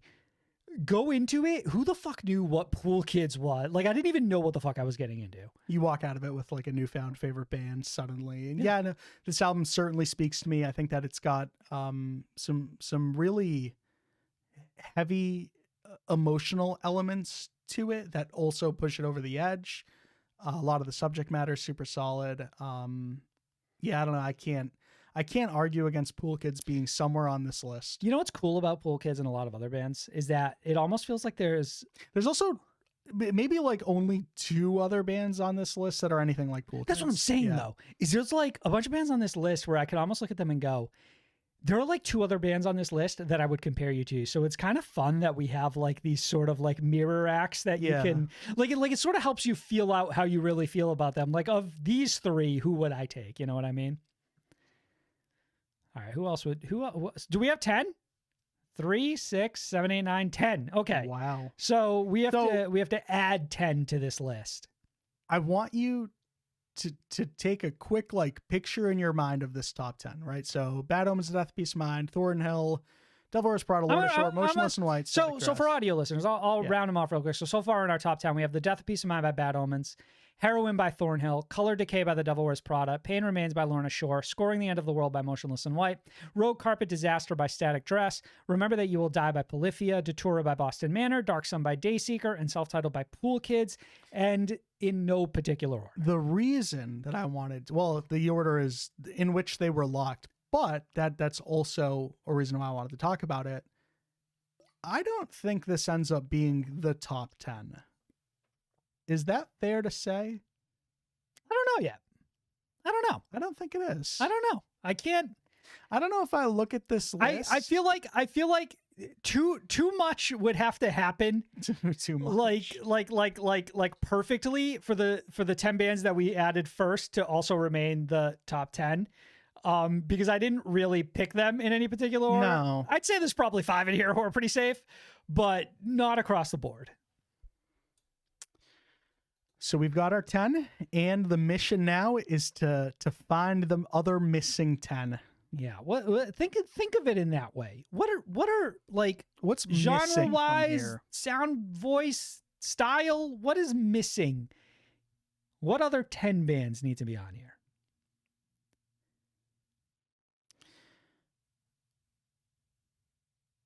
I think that we should lock techno. I also think we should lock techno. Just before we like get real fucking crazy. You know what it is? Because what I don't want to do is get to 19 with like 3 albums looking at us, and right. Techno's not yet on this list. The thing with techno is they feel like such of an antidote to every other fucking thing on this list. And it is the fucking chaser after like spending time with like Boston Manor. yeah, it's like 99% of what I listen to, it's like being delivered to me from someone with stage 4 depression. And Electric Callboy is not that. Not only are they not that, but they are so far in the opposite direction. Actively not that, yeah. Yeah.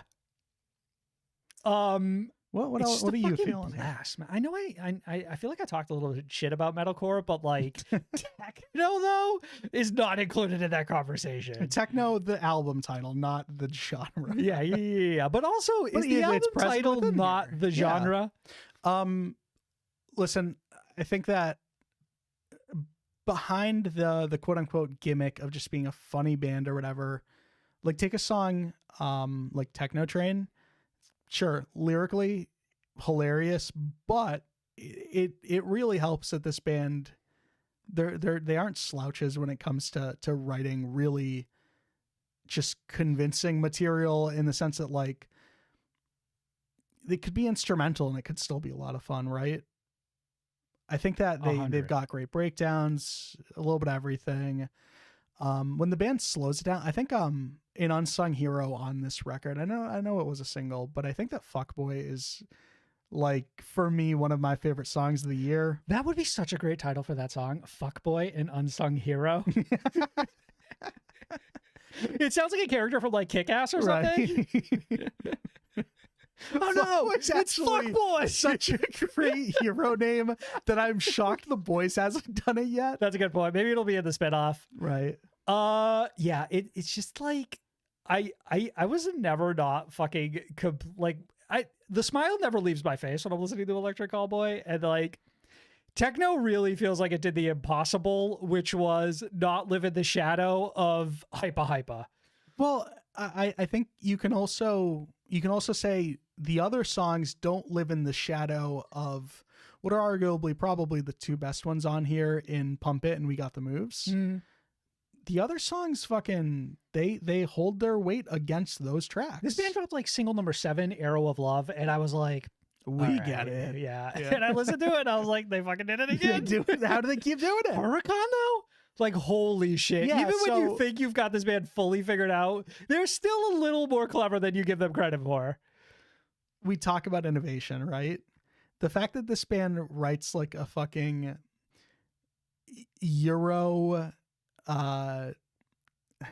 Euro boomer hit and then turns it into a deathcore song by the time it's all said and done within like only 2 minutes. They almost He's really impressive. they do like the fuck shit that like Attack and Asking Alexandria used to do, but for the first time in 20 years, somebody evolved the It's formula. actually good, yeah. It's like we should have gotten here. Had every band not pivoted away from crabcore, we would have gotten there faster.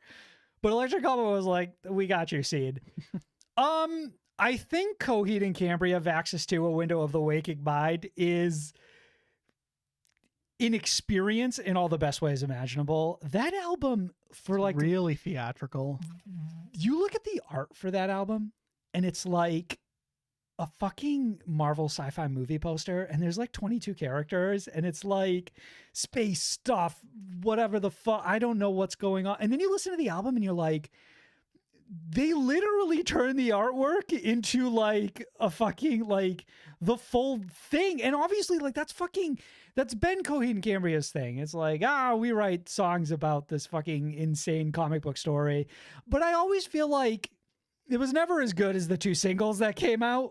It always Yeah. felt like it was like underwhelming. And for me, this was the opposite. This is the first time I was overwhelmed with appreciation for what Coheed and Cambria does. I think that's what is definitely separating it from their older material, like the past couple of albums, is that I would say almost everyone that came before. I don't think I've Really? ever felt the way disconnected to one. I've never felt about an album the way a Coheed album the way I did about Vaxxus 2. Like it was always the same for me. It was these singles are fucking incredible. Coheed's so cool, and then I'd get the album and I'd be like, all right, it's not bad. And then I listened to this and I was like, this album runs like 7 straight biggest hooks you've ever heard in your whole life before they take a breath and start to do weird shit, and that weird shit is still as compelling. But I feel like I haven't gotten like a full thumbs up from you. I I like this on this list Mm-hmm. right now.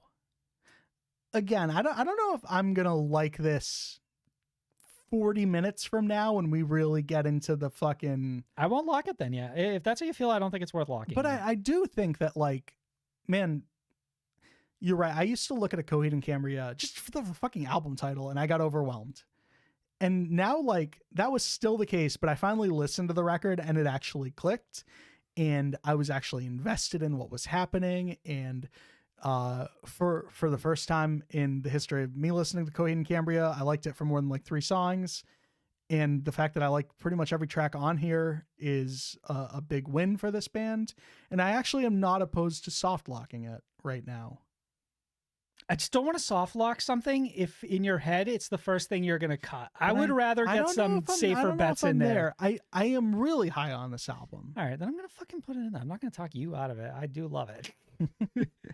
But I think that we've had a couple of conversations like that of stuff we haven't yet locked. Like what? That might not make this list. But what I am curious about before we get into that, Yeah. is there anything on here? Because I feel like maybe you mentioned one, but like I want to hear if there's another one on here. 1 or 2 albums that didn't live up to the re-listen hype from you? Okay, a eulogy for those still here by Counterparts.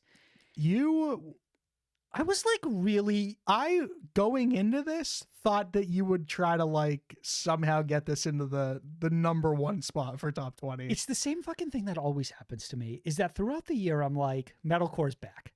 And then I get to the end of the year and I listen to all the albums and I'm like, what is it?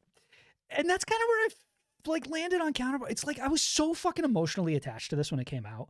I was like, I remember you listened to it like 10 times in a row. Yeah. And that's pretty promising. Like, so, you know what I mean? But the thing is that like, I listened to it, like I re-listened to this obviously before this episode, and I was like, I'm still enjoying this. I'm just not as like overpowered with like emotion the way that I was when this like the fucking Kuma, like the fucking album about this fucking cat it's got me so fucking worked up. And now, like, removed from like that first experience I had with it, where I really did just let this album play over and over and over again, and I loved it, and I still really enjoy it. But when I start to nitpick it a little bit, I think that I'm still as emotionally overwhelmed by certain songs. But as a whole, it feels similarly to maybe like a Fit for an Autopsy.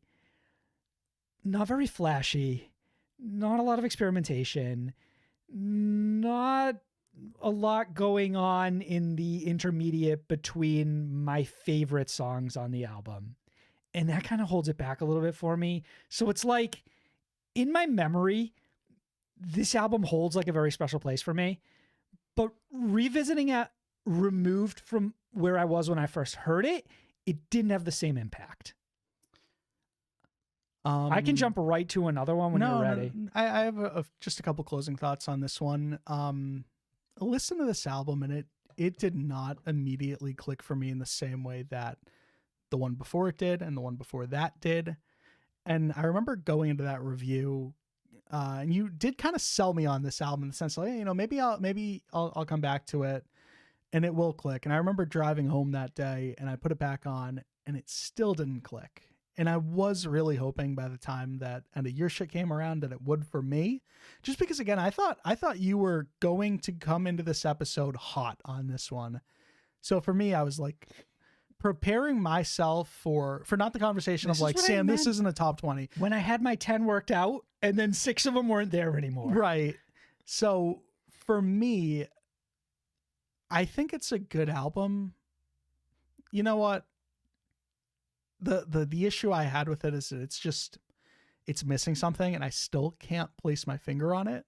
And for that reason, I always felt like removed from that conversation of everyone saying like, oh my God, I can't believe this album's finally here. It's incredible.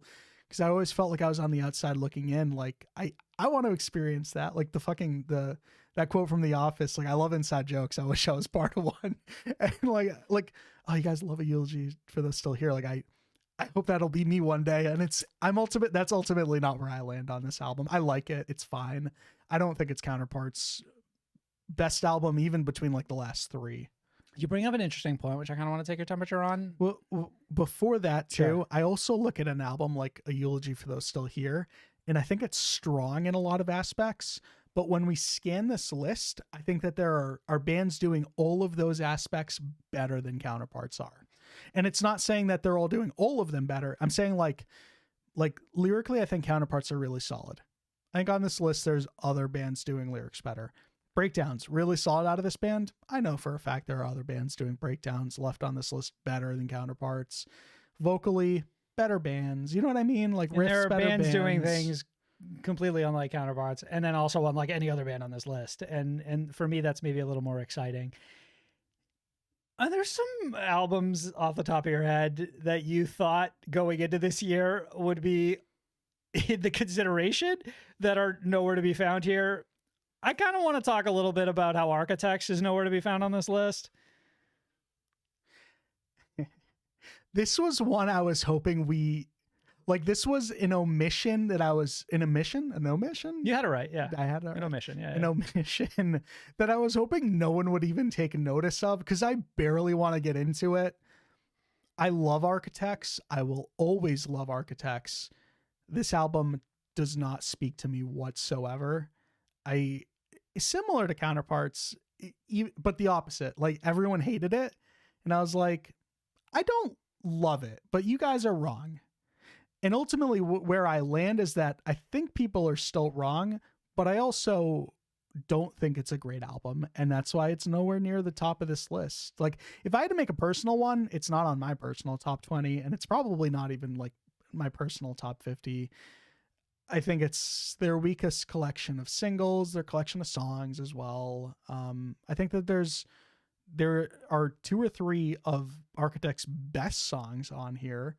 Like I really like that Burning Down My House track. I think that is an incredible side of Architects that like we've gotten tastes of, but I think that it was flawlessly executed. Do Architects feel a little bit like they're in that chasm of experimentation that we talked about with Motionless in White, where they're kind of feeling the vibe out, but we got to get a couple albums through the vibe till we get to the perfect version of it? This one would have been a good like two members break free and kind of do their own thing, Hurtwave style, and see what works and what doesn't type of experiment, and then bring back to the table what works and incorporate it for Architects. And I think I said it during the review. It's a whole lot of growing pains, and that's currently where I still land on that album. I like it. Do not love it by any means. And that is a little tough to say because ultimately, like, I don't remember where all those albums have sat in the past, but like the last handful of Dayseeker albums are among the best this scene has had to offer ever. I'll throw For Those That Wish to Exist on there too, even though I don't think that made our top 20 last year. It did not. I think that album's a little underrated. Even between the two of us, I think it's got some really great elements. For me, I feel like Architects has Growing been very pains, interesting, but not like solid in the way that we're talking about like on this list. Yeah. There were a couple albums that I didn't end up including in here that I felt very strongly about going into my revisits, like Ultra by Vatican, which I also fucking loved when it came out, and I still really like, but it's one of those albums where I go back and I'm like, man, like that fucking, the end of that album is like so fucking incredible, but it's almost like so much better than other parts of the album that like when I revisit it, I'm like, well, does the whole album hold up to like these individual moments? Sad Eyes is another artist, very Monarch, that album. Yeah, I listened to Monarch and I was like, man, this was such a lock in my head, but there are a few songs on here that I think are absolutely fucking perfect, but as a whole, I don't think this album is quite as great as I remember it. There's certainly stuff on here that like as we filled out this list and suddenly got to like 57 are pointless and including just because you kind of like you thought of them last, and right. At that point we brought this up to 58 without realizing it by having Holophone on here. For me, like There's definitely albums towards the end of the year that don't make this list that really speak to me. We talked about them earlier. Chelsea Grin. Yeah. You said you have a bit of a difficulty within yourself to separate the albums you listened to most recently with the ones you're revisiting, and you're worried that you're maybe too high on them. It's interestingly enough, 1,000 Below dropped today. It's two things because I know. Granted, we've listened to it long before it came out, but it's two things, because it's like I listen to albums in January and I'm like, this is a top 10 album of the year, and like I make those insta locks straight out of the gate because I'm feeling way too hot at the top of the year, and then I also feel the same way at the very end of the year where I'm like, yeah, this is a lock. How is this not a lock? I know it just came out, but how is it not a lock? And then ultimately, like, none of those two, like, I know like Dark Sun we've already kind of soft locked, but like there's a number of albums that dropped in like October, November, January, February where like I feel too strongly about it, and ultimately none of them make it. This is what's interesting about next year, because we're starting off with like Yumi at 6, Pierce the Veil, and Paramore, who on paper are very serious contenders. I think next year is shaping up to be the exception and not the rule. We'll see. Because I also like, well, that's a different conversation. Whatever. Disparity by Ocean's 8 Alaska was what I thought the most complex, brilliant, just unbelievably like leagues ahead of the competition metalcore record I'd ever heard. On first listen. On the first dozen times I listened to it. Re-listening to it, I still feel the same way about certain songs. And it's like, in certain songs, I really think Ocean's 8 Alaska are playing Elden Ring while everyone else is playing checkers, right? and it's really incredible to me, but I think over the entirety of that album, it doesn't stay at that constant peak, and that sort of like up and down of it kind of works against it for me. So I think this is like one of the few, I'll call this a deathcore album. I don't care if that pisses people off, whatever. I don't know ultimately where this band lies. Somewhere in between. This is one of the few deathcore albums this year that shine above the shadow, or like that shine in spite of Lorna Shore's shadow of dulling every deathcore album because of how intense they sound. And also because they don't really ever feel like they're playing in the same like playground. Fair. It feels like Ocean's 8 Alaska are doing things differently enough where they can avoid the comparison, where I feel like a lot of other similar bands like Fifth and Autopsy, Enterprise Earth, Chelsea Grin kind of find themselves so similarly to what Lorna Shore does that it's hard to avoid the comparison. But, you know, Ocean's 8, even the fact that you're like confidently saying Ocean's 8 Alaska is a deathcore band, but scared people are going to disagree with you, is because they're kind of different. Yeah. I remember how passionate you were about this album during the review. I remember how passionate you were just texting me after you had first heard like the advance we got. And it's like Counterparts. It's moments. Well, I still feel the same way about Moments. So it's similar to that conversation in the sense that like you loved it, and I like part of your passion for it convinced me that maybe I loved it a little bit more than ultimately I think I land on it, which is kind of where you seem to be right now, which is, holy shit, is some of this Ocean's 8 Alaska at their absolute best, their absolute peak, and also sometimes a little bit more forgettable than maybe I'd like to. I think that ultimately where I land with this band is, I think Hikari, was it? Mm-hmm. Is a better record. Yeah. Even though I love having James back, like, do not get that twisted. It's not like a vocalist thing. This for me is just, I think that Disparity is a slight, I don't know if regression is the word I like here, but that's ultimately what it is for me. It's not that. It's just, it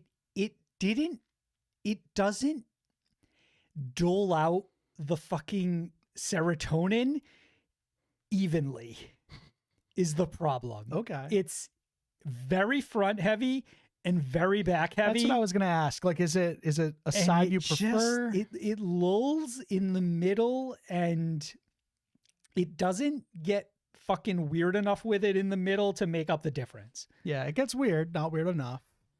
Yeah, I don't think that one makes this list. I want to get a little bit of a temperature check on one of them. Yeah. Obsidian by Northlane. It's not. And for me, the biggest reason is that whenever I listen to Obsidian, the only thing I'm ever thinking of is that it's not Alien.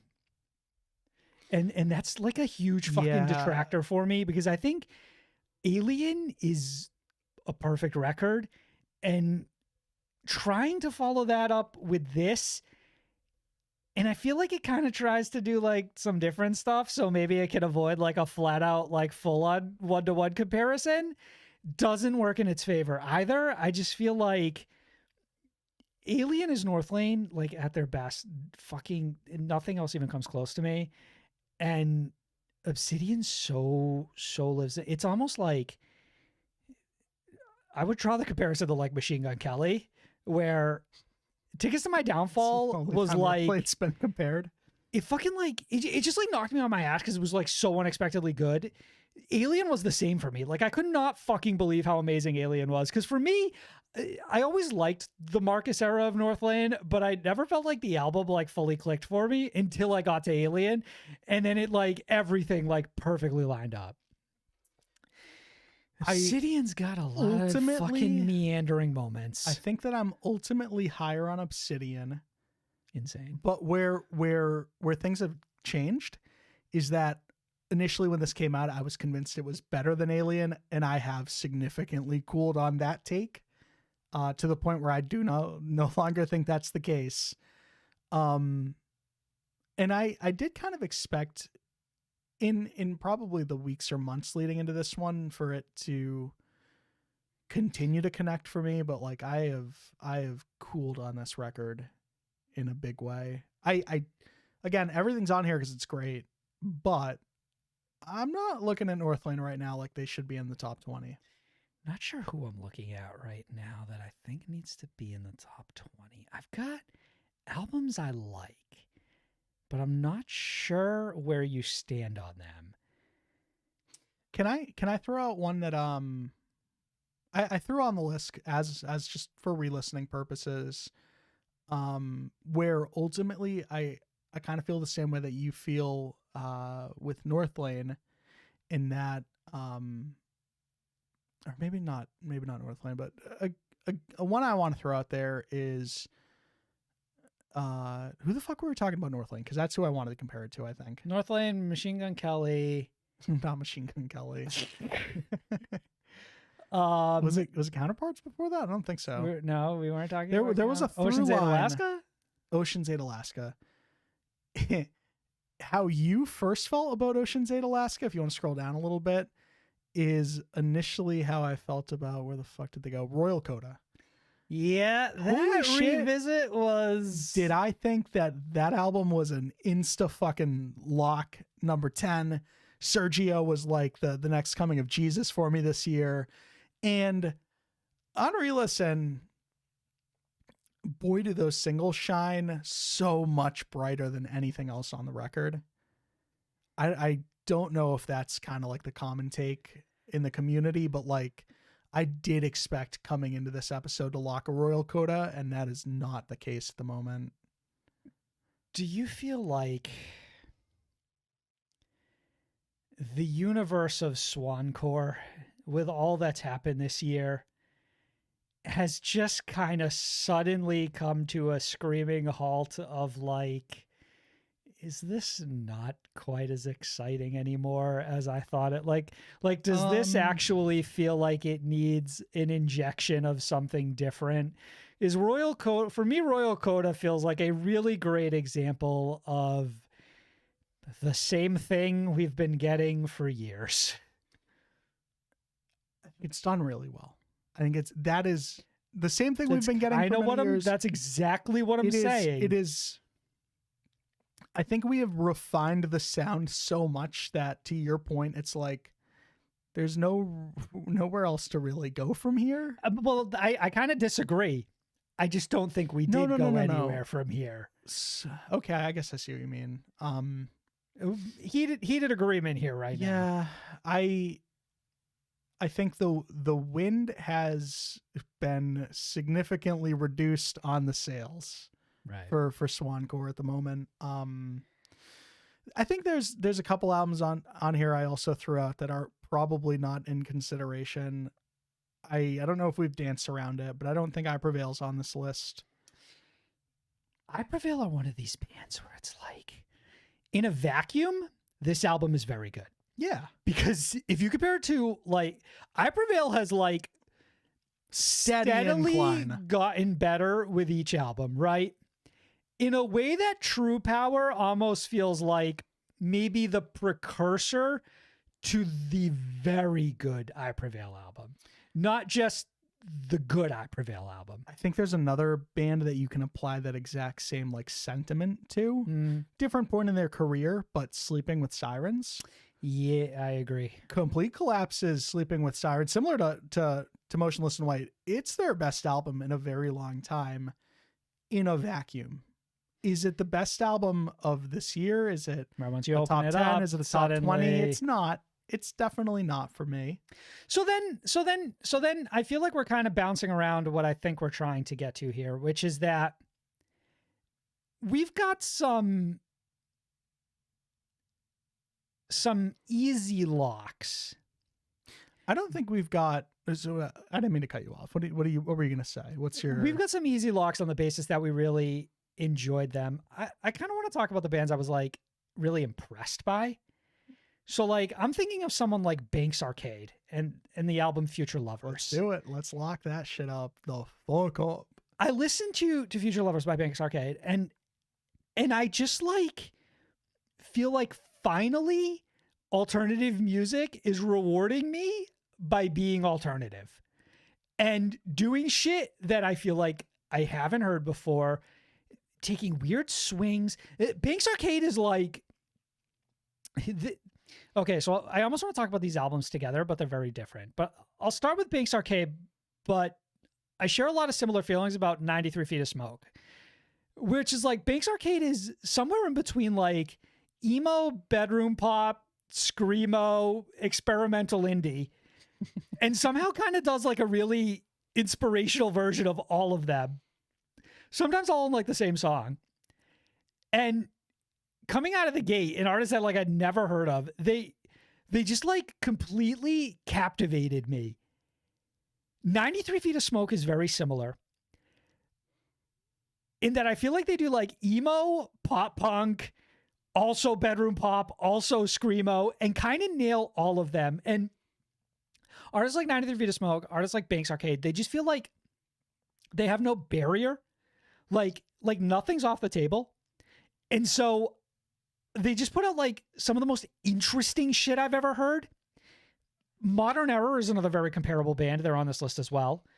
Those are the examples of just like three artists and like, I don't want to pit them against each other, but those are three artists where I go, okay, this has me excited for future of what the scene could be, not only because they're newer artists, but because they sort of could redefine the sound in a way that everyone is more experimental because of them.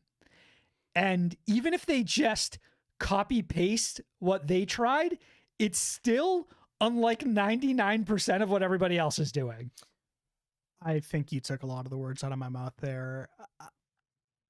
I think every year we discover like 2 or 3 bands that really remind us why we invest so much time into this scene, and Banks Arcade is certainly one of them for me. And we'll get into 93 Feet of Smoke and Modern Error, but specifically Banks Arcade is a band that we discovered, and then like I fell down the rabbit hole with them. I listened to everything they had, everything. Because this band, I think, had like an EP. They had a handful of covers, which were shockingly incredible. Like, even when this band does covers, I think that they add so much personality and character in a way that it makes it a must listen.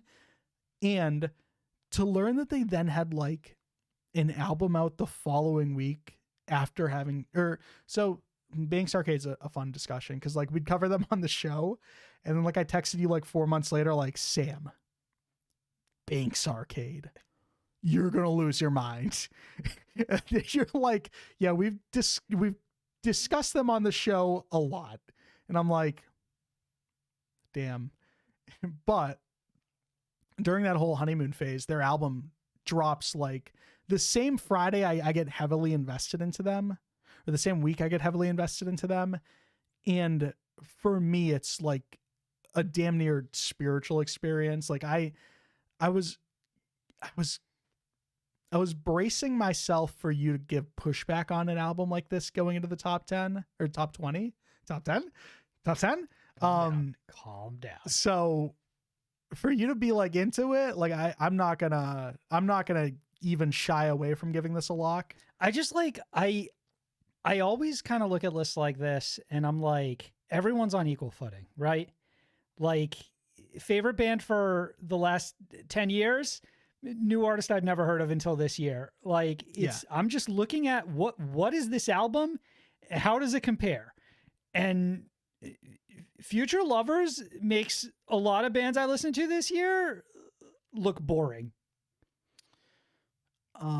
Yeah, I think that's really well said. I think that applies. The other two. So 93 Feet of Smoke is a little different. They're also the only band on this list remotely anything like that band, right? Like, there's no one else on here that even compares like to 93. Yeah. Yeah, because I wouldn't say it was a soft year for this sort of like emo rap, bedroom pop type beat. I would actually say it was a pretty good year, but I don't think that I had a lot of full-on albums to pull from. Like, I went back and I listened to Sad Eyes and I was like, all right, it's got some peaks, but it's not quite perfect. I went back and listened to the Garden album that came out recently, and I was like, peaks, but not quite perfect. Went back and listened to Role Model, maybe the most different of all of these, slightly more pop, but same thing. I like certain moments, don't love it. And then I listened to 93 Feet of Smoke and I was like, I don't think there's a misstep here. This is one of those good examples of just like tight. Yeah. 10 songs, a lot of different styles, but everything just works. So let's table it. Let's table that for a second. Modern Era, Victim of a Modern Age is one of the most bizarre fucking albums you and I have ever listened. Like, it feels like nuts. It's just like a fucking mishmash of like, wouldn't this be cools? But they all kind of are. So like, it's hard to argue against it. And it flows just well enough. And I'd argue it's a little long, but it's never not interesting. I think at the midway point for this year, this was my favorite album. And as the year kind of kept progressing, I don't think I forgot about Modern Era by any means, but they kind of like fell down the list a little bit. And then on revisit, I think one thing I'll say about this album is, you're right, it's a tad long, and there are so many moments that do work, and also just a few that don't really detract from the whole experience. But like, when we're getting out of the nitty gritty, top 20 albums, like stuff like that's ultimately going to hurt a band. And I think where I land is that Victim of a Modern Age is one of the most important albums of this year, and I implore everyone to hear it. I also don't know if it's a top 20 album of the year, but if there's any band on this list right now that has like top album of the year potential down the line, like it is it is modern era by like a long shot. I agree with that. I agree with all that. I just don't think that this is their year or the right album for it. But Victim of a Modern Age is a fucking experience. Speaking of experiences, the unraveling of Pup the Band by Pup is such an insane like window into the mind of someone who is both very clever, but then also maybe has some issues, but is also very funny.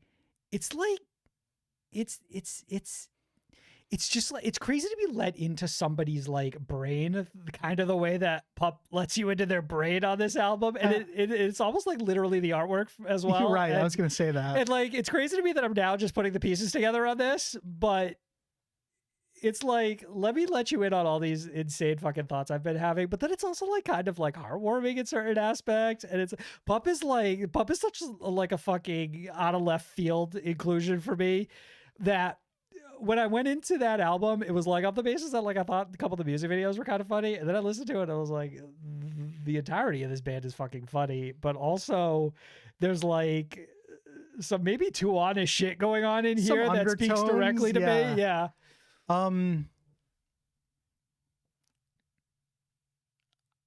I think the unraveling of Pup the Band is one of my favorite albums of the year. Let's fucking go. I think it is. I love the inclusion of I this record. cannot fucking deny the impact that this album had on me throughout the year. I remember loving it, initially, love it on a re-listen. I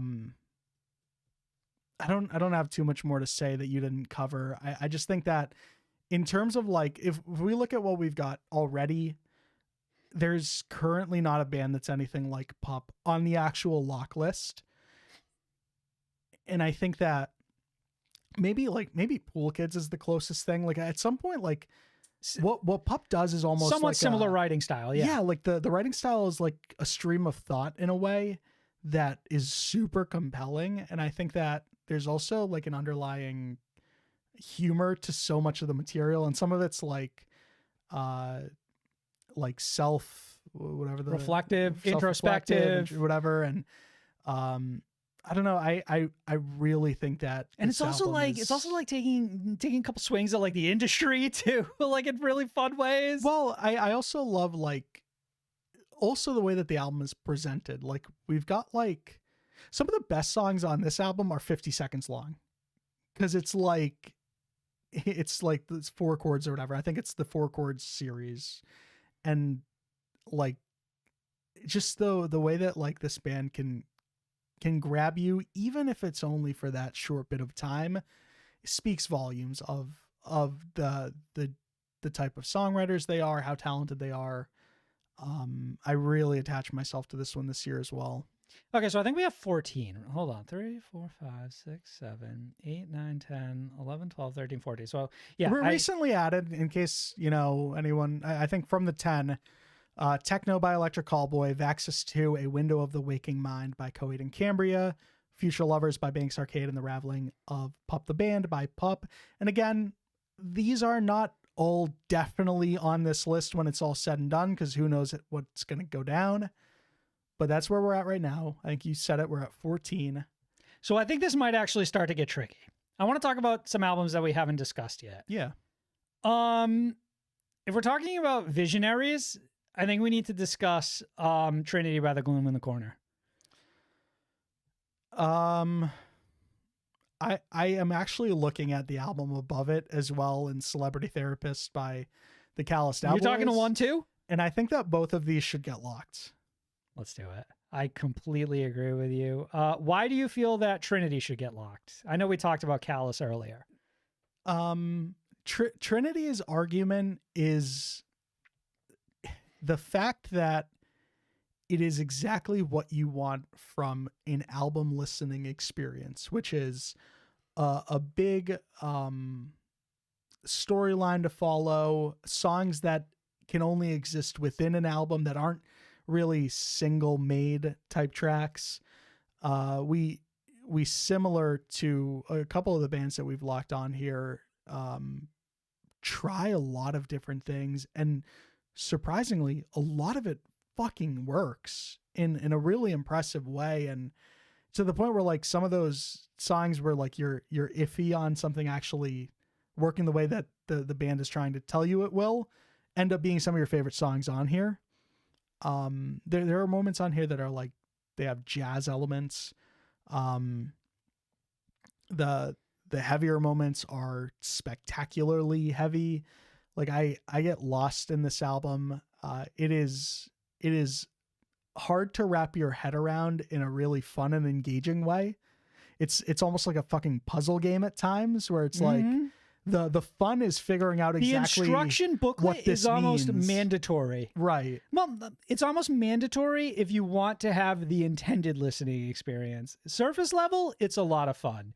Dig deeper, it's astounding. Mm-hmm. It's a character-based conceptual narrative about 3 heroes that fight their way out of hell, and you have like characters returning from earlier EPs and stories, and but maybe they're like villains now, and there's like this the fucking just cataclysmic like collision of everything that's happening, yeah. and the fact that we chose vocalists to like voice literal like characters in this story, like it's insane. Like there's nothing like Trinity on this list. This album's really undeniable for me. And then we talked about Celebrity Therapist earlier. Like it's the most danceable, fucking experimental, just completely unpredictable ride you could ever listen to. And everything about it shouldn't work in the way that it does, but somehow it manages to like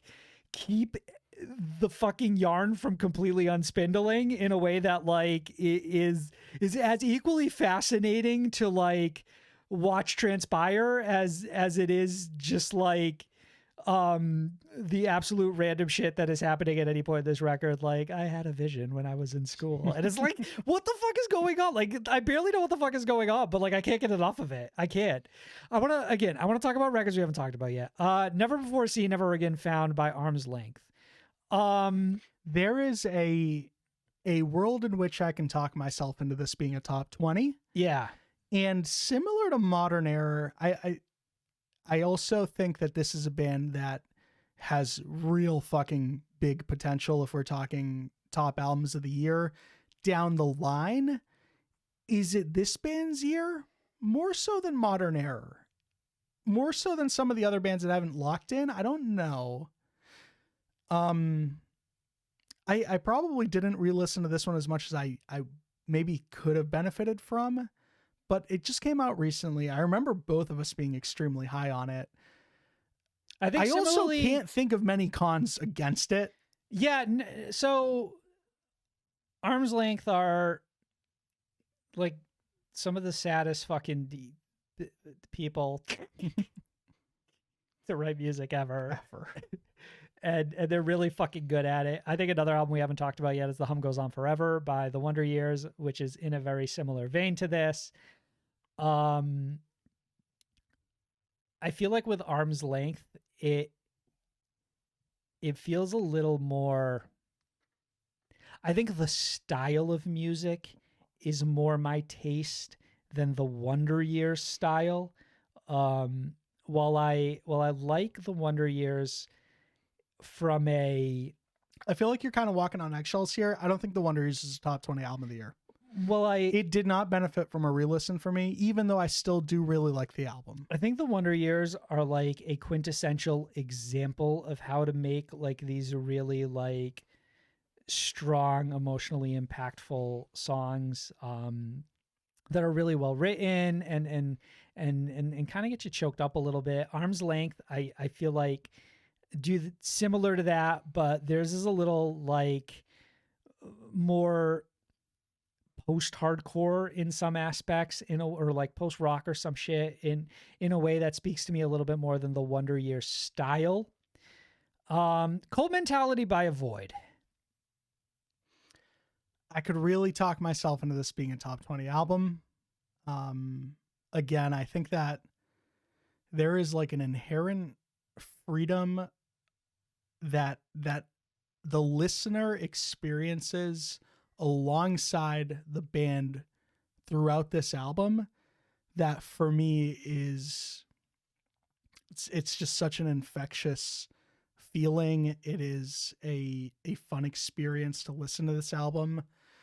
I do think it has some of the best material this band's ever made on it. I don't know. What are your thoughts? I think in individual instances, Avoid are still exactly the band I thought they were, and they're in individual instances, Avoid is the best band in this scene. Yes, exactly. I do feel like Cult Mentality as a whole is not constructed in a way that makes it feel like an album as opposed to more a compilation of it's almost like where I said like something like Celebrity Therapist, somehow the fact that like that album flows in the way it does in spite of itself, Cult Mentality doesn't. Cult Mentality kind of doesn't flow in spite of itself, or in spite of itself. I think Cult Mentality might actually be the only album that does not benefit from being an album on this list. Yeah, that's kind of how I feel about it. Where I think individually, if Avoid fed us one of these songs every month, I'm convinced Avoid is the best band in the world. Wrap it up in an album and like, it just doesn't have the. There's no like I look like at what we have on this list. Interconnectivity that keeps it from like really excelling. It's also part of the sell for me, which is why it's such a weird double-edged sword. Because I think that, again, like, I kind of love that aspect. But then does it make for the perfect listening experience? No. Was it intentional? Maybe. And that's what excites me, right? But yeah, I don't, maybe this isn't. It's maybe not Avoid's year. Spiritual Ascension by Sharia Moore. I think Sharia Moore are easily one of the most exciting bands in the pop punk scene. I just the way that they're able to put their own twist on pop punk and how compelling they've been out of the gate. They are, for me, they are a band very similar to Avoid in my mind, where both of them like dropped an EP and they really pinned themselves in my mind as like future faces of the genre type artists. And I think both of their albums have really, really good examples of what's great about them. But I also feel like Spiritual Ascension might not fully come together in a way where I think that overall it's still another album that feels like it peaks and valleys a little too often. And its highs maybe overshadow its lows by a lot for me. And it has flashes of what makes Sharia Moore so great. But as a whole, I don't know that album is one that I feel really pulled to revisit as much as I feel pulled to revisit certain songs. Okay, I don't have a whole lot more to add there. Mark, this is a bit of a dark horse for me. New Nostalgia by Dead American, I think, is quietly very flawless. It's kind of a perfect album. Kind of for a couple of different reasons, and maybe actually Destroy Rebuild shares some similarities, but I think we can talk about both of them at the same time if you want, because I feel like we haven't talked about either. Dead American benefit heavily from the fact that, like, granted this band's had an EP or whatever, man, does it feel good to have a familiar voice back, right? But it's not just that. It's not just that they're familiar. It's that they're arguably as good, if not marginally better than when they left off. Right. And I think that Destroy Rebuild album has flashes of that, but doesn't fully capture it the same way that Dead American kind of quietly manages to fully capture I guess not just Cove, who was the vocalist for Say Ocean and is now the vocalist for Dead American after a long break in between. I think that my expectations for Destroy, Rebuild Until God shows are significantly higher because Craig Owens has always been a personal favorite vocalist for me. And I liked Cove, and then I listened to Dead American, and now I fucking love Cove. Yeah, And I feel like he found a band that very much suited his style. agree. I think Destroy Rebuild has higher highs and much lower lows. I don't know that. I would put Reyna's song up against the highest high of Destroy Rebuild The as well. Longest Road. Yeah, The Longest Road or I guess Golden, for those example. Those are pretty similar. But for me, while Reyna's song is easily my favorite from that Dead American album, the rest of that album as a whole, it just doesn't ever dip.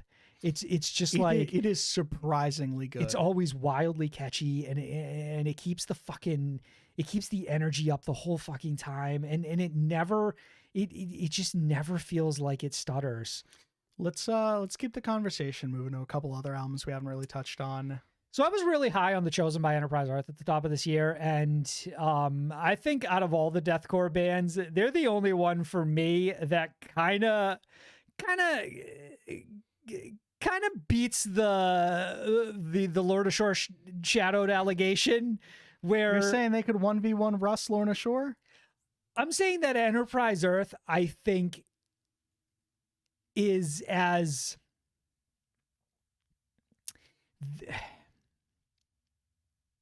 I think Enterprise Earth is I don't know if creative is the word for it, but they feel like they do enough to help them stand out from the pack, similarly to Lorna Shore, but they do it a little differently, and I think that benefits them. Whereas I feel like this Enterprise Earth album, I thought I knew what it was going to be going into it, and it was really surprising in ways, and it was a really good showcase for like the really talented musicianship behind the band. But not only that, it showed that the band could do a lot within the deathcore formula in a way that I feel like other bands are a little shackled by.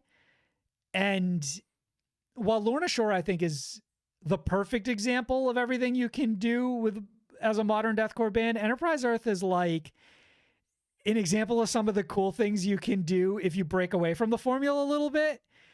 And I think that makes them really interesting. And they're one of two bands on here, which you've pointed out, lost their vocalist this year, which maybe makes you look at them in a slightly different light. Bands are more than their vocalists, obviously.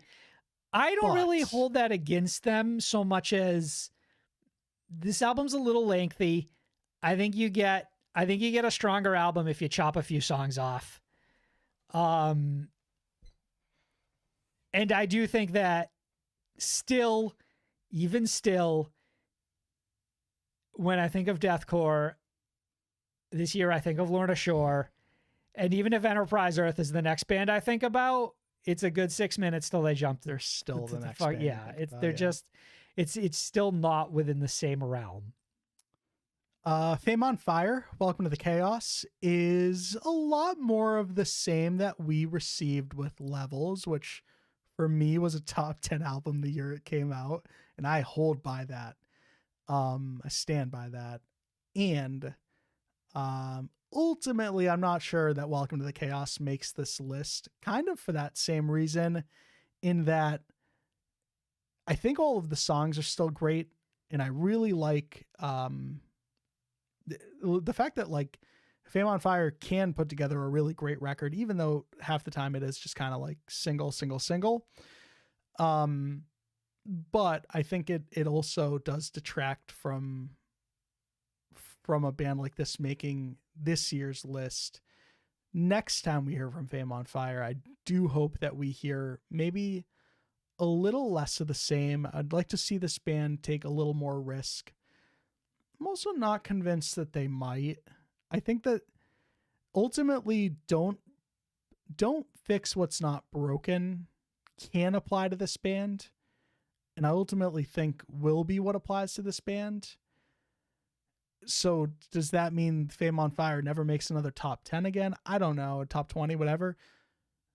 I don't think Welcome to the Chaos makes this year's. Welcome to the Chaos is not a big enough jump from levels to really sort of inspire me to include them. I think we should be a little more curt with some of the ones we talk about moving forwards, unless we want to circle back and say that they should be on the top 20. But like Soul Revolution by Fire from the Gods, I think is another Octane core record, but and it's a good one. Benefits immensely from having a much more interesting voice than a lot of the other bands on here, so that the things that we're speaking to and singing about are significantly deeper and more interesting than a lot of what other bands are covering.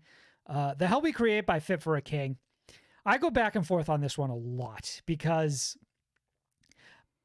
I think arguably it's the best of what I would probably qualify of the Octane core records still sitting on this list. I just think I maybe wish that it did a little more in terms of experimentation than it does. It reminds me a lot of that Wage War record from last year, where it's like, man, yes, it's pitch perfect. Exactly what I want from this band. I'm like I wouldn't argue that any of it isn't good. I just don't know that any of it is exemplary. Outside of like a moment or two, you know, that closing song, you know, that fucking Screamin' Reaper, right? Yeah, I think I'm right there with you. I would love to have this album in the top 20. I do wish they took a few more risks, but again, keep in mind, I think it could very well actually be their best record. Yeah, which is I'm giving a quick thought on everything just before we have like a conversation about doing like our last few locks here. And I'm not saying anything isn't still in the running. Speaking of, Run by Future Palace is a lock. I wouldn't go that far. So this benefited a lot from the revisit, obviously. A lot from the revisit, where initially I remember listening to this record and being like, okay, yeah, I really like Future Palace because I don't feel like there are a lot of bands like them. And so much about what they do just sort of like really grips me in a way that like I can never shake them. I never forget about Future Palace. I never forget this album came out this year. And then I went back and I re-listened to it, and it ended up being a lot better than I actually remembered it being, in a way that was like, it's got me like really twisted, because I remember this album being okay, and then I went back and listened to it. I'm like, actually, it's very good. Did I not just spend enough time with it?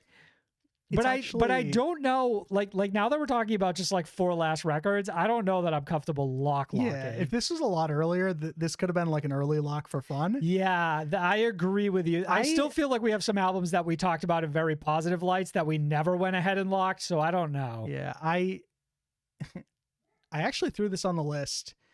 You called me an asshole for including it, and then you're like, but actually, yeah, because at one point or another, it felt like you were just kind of throwing every album you listened to this year into the list, and I was like, I don't know if I could listen to literally every album I listened to this year. I remember like just scrolling past this on Spotify, and part of me was like, yeah, I guess I should re-listen to that. I remember liking it, and I didn't re-listen to it until you told me you re-listened to it, and then you were like so positive on it that I went back to it, and I was like, hold on, so maybe this is a really, really solid pick for the year, but I think you're right. I think at 4 albums left, we got to be a little bit more. Future Palace could, in theory, end up rounding out a 20, but I'm not ready for it yet. Mutilator period in parentheses by Gatherers. This one is gonna feel backhanded, but I think I need more time with it. Yeah, I think I need more time with it. Mutilator. Too. This one's heavy. Did this album not drop like the same day as Dark Sun? I want to say. No, I want to say we reviewed this as one of our last albums of the year alongside 1,000 Below, which was early, but it would have been after Dark Sun. And for that reason, like I don't know enough about the album, if that makes sense. It's got some incredible moments on it, but it is great. That's why it's on this list, even with the short amount of time we spend with it. It's also wildly unenjoyable to listen to in some senses. But Mike, talking about something fun to listen to. Let's talk about New Breed by Keizo. This is one I've been scared to touch because part of me wanted to lock it early, but I don't know if you went back and revisited this and how you felt about it. I didn't revisit the whole of the album. I revisited actually some of the songs that I had like less of a like memory of, like, yeah, just spent some time with those tracks. Still really liked them. I don't know if this is in the top 20.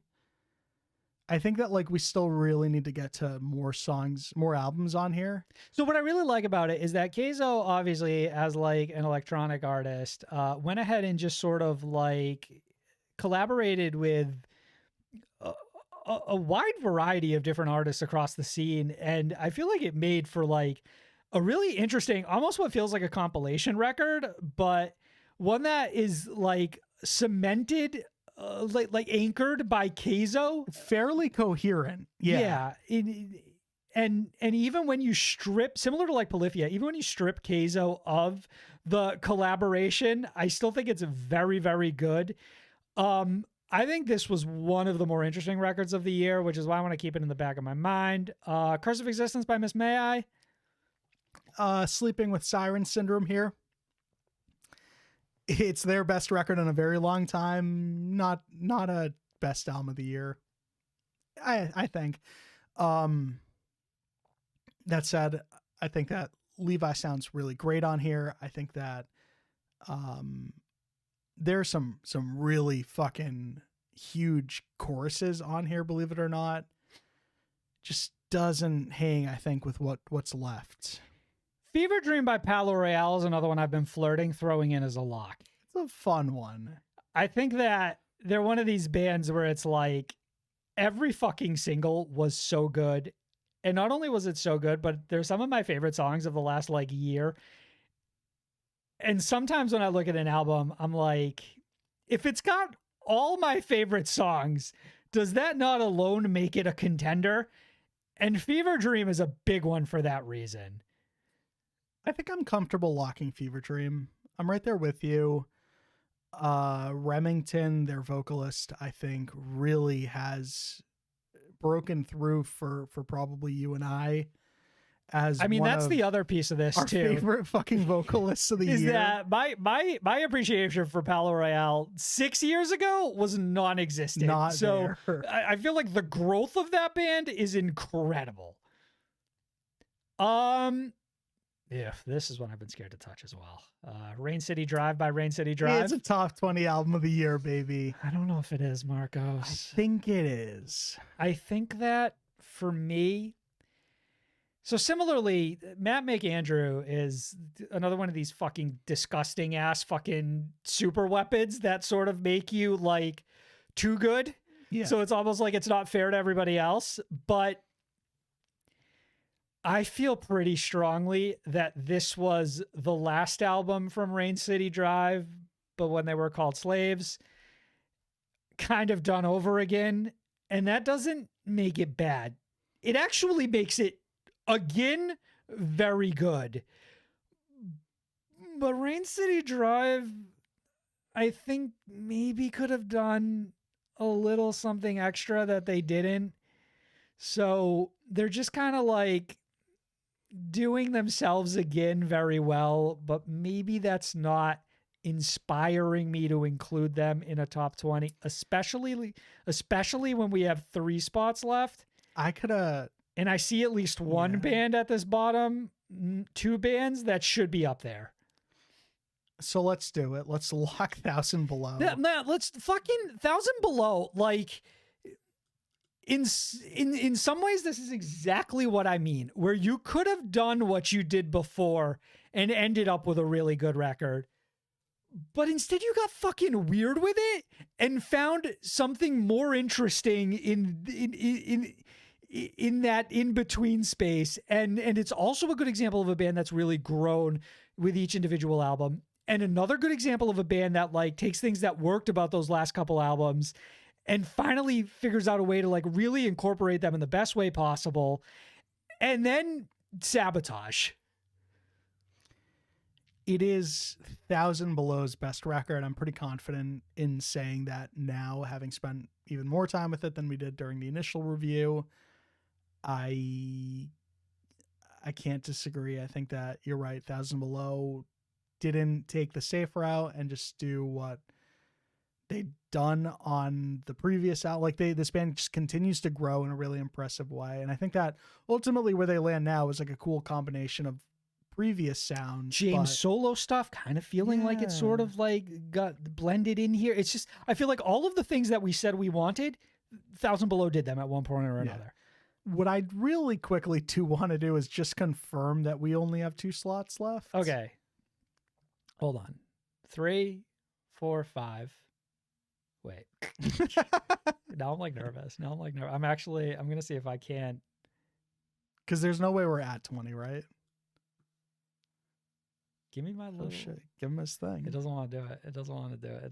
Okay, so hold on. All right. Well, I'll just get 2, 3, 4, 5, 6, 7, 8, 9, 10,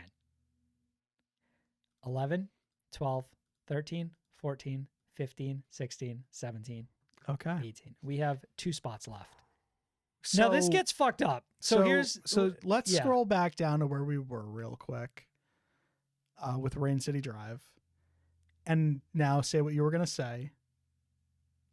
I think Love Language by Wind Waker is one of the most explosive debut albums from a band ever. And I don't give a fuck if this band lost their vocalist, because nothing this year sounds anything like this album. This weird fucking blend of like alternative, metalcore, post-hardcore, punk rock, hip hop, bedroom. It's all of, and it's all fucking, it's all anchored by these incredible melodies. So every song always has that thing to fall back on. So it's like, it's like the formula is built in a way that like they can do anything they want and not miss. And I'm not ready to write them off because they have a different vocalist now. I'm not saying we have to. I'm just saying the wind in my sails has reduced, I guess. Like, it has not been completely taken. And I feel like what I'm hearing is their new vocalist is playing these songs live, and the rest of the band is still there. I know. I just I just want to pause this conversation before what happens is us locking one more band, before giving everyone their. I think what we should do is talk about every last band we haven't talked about yet before we lock about anything else. There's nobody left that we haven't talked. And I did just have there is a couple. There is quick closing thoughts on Rain City Drive. Yeah, there is a world in which I could have easily sold myself on this being like a top 3 album of the year if we were doing personal lists. But I think it's also very similar to Fame on Fire, and you touched on this, in that like it's the last album done better, but it's still the last album. And it doesn't mean it's not incredible, and they still have a super weapon. But yes, I don't think Rain City Drive's top 20 album of the year. The City of Angels by Riley came out this year, and it's on this list. And I think it's something that needs considering. The revisit slightly hurt me on this one. It did. I think that when Riley's in his bag, he's completely fucking untouchable. There's a few times where he's not fully in his bag. Just a few times. And that hurts it overall.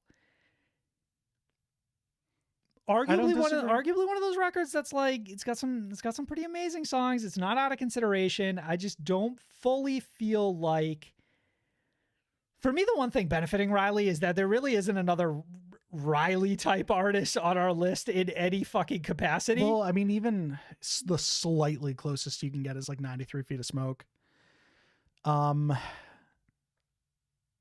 Secrets, The Collapse. The Collapse by Secrets is another very good metalcore record that doesn't really fuck with the formula in any capacity. I think what it does really well. Does it do it the best? No, I think we plucked those already. And now I'm kind of left thinking to myself, while I really like some of the emotional moments from Collapse, and I really like some of the breakdowns, I almost think of it similarly to like Dark Bloom by We Came as Romans. It's not, it didn't quite impact me in a way that I would feel encouraged to include it in the top 20. Also their best album by a mile in recent years, in my opinion. Agreed. Yeah, agreed. Out of Light by Scary Kids Scaring Kids. The Revisit heard this one as well. I think when it works extremely well, and it's incredible to me how random that. Like, it's crazy to me that my favorite song on here isn't like the Noah Sebastian or the Spencer Sharness, right? So, real quick, for anyone unfamiliar with Scary Kids Scaring Kids, used to be a band about 15, 20 years ago. They had 2 albums, right? They go on hiatus. Unfortunately, their vocalist passes away. And this is their first outing back as a full band, but they don't have a vocalist. So what they did here was 12 tracks, all with different vocalists on them. Right. It's a really, really exciting sell, I think, in terms of like, out of like any album this year, like Out of Light for me was such a giant question mark, because its pitch was, it's almost like what we had asked essentially Polyphia to do. Yeah, 100%. And I think that for the most part, they knock a lot of the songs out with like flying colors. But yeah, I think a revisit didn't exactly benefit this one. Listen, that Michael Swank song is still incredible. That Little Still Lotus great. song is fucking amazing. And I think that's it. I think we've talked about everything else. It now pales for me. Scary Kids pales compared to that Keizo record, Yeah. if I'm being honest.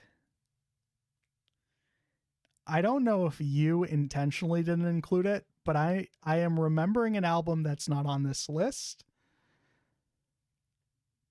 Fear and Dagger by Paleface. I actually thought you intentionally didn't include it, so I intentionally didn't include it. Is it actually on this It's not. list? The problem with that fucking Okay. Paleface Just- record is alright. no album needs to be like 16 fucking songs long. And 16 songs of Paleface is a lot. It's a lot. But that band has a lot of They promise. got a lot of fucking potential. I'm looking back on a band like State Champs and wondering if we fucked around a lot, and now we're left with 2 spots and they're not in it. I think ultimately what we're between right now is Wind Waker, Love Language, or I'll do it. Hold on, do you want to do a soft? Fuck me, there's some good albums left on. Yeah, here. let's do a soft. soft B. blocks. Yeah. Yeah. So I'm gonna cut some. I'm putting 93 feet in here intentionally. Can we? I'm gonna go ahead and grab Dead American. Can this might not mean much in the long run. Can we put Sherry Amore up there? Okay, we'll put Sherry Amore up there. All right, we're gonna try and put Sherry Amore up there. Whenever you want, pal. Does not have to be this difficult. Actually, Arm's Length belong up here too. All right. Well, is it? Am I even doing anything at this point? Yeah, or... I think you are. I think we've got to cut out some of the bands that definitely aren't on here. I think Avoid's not. I think Counterparts aren't. I don't think Dwayne is.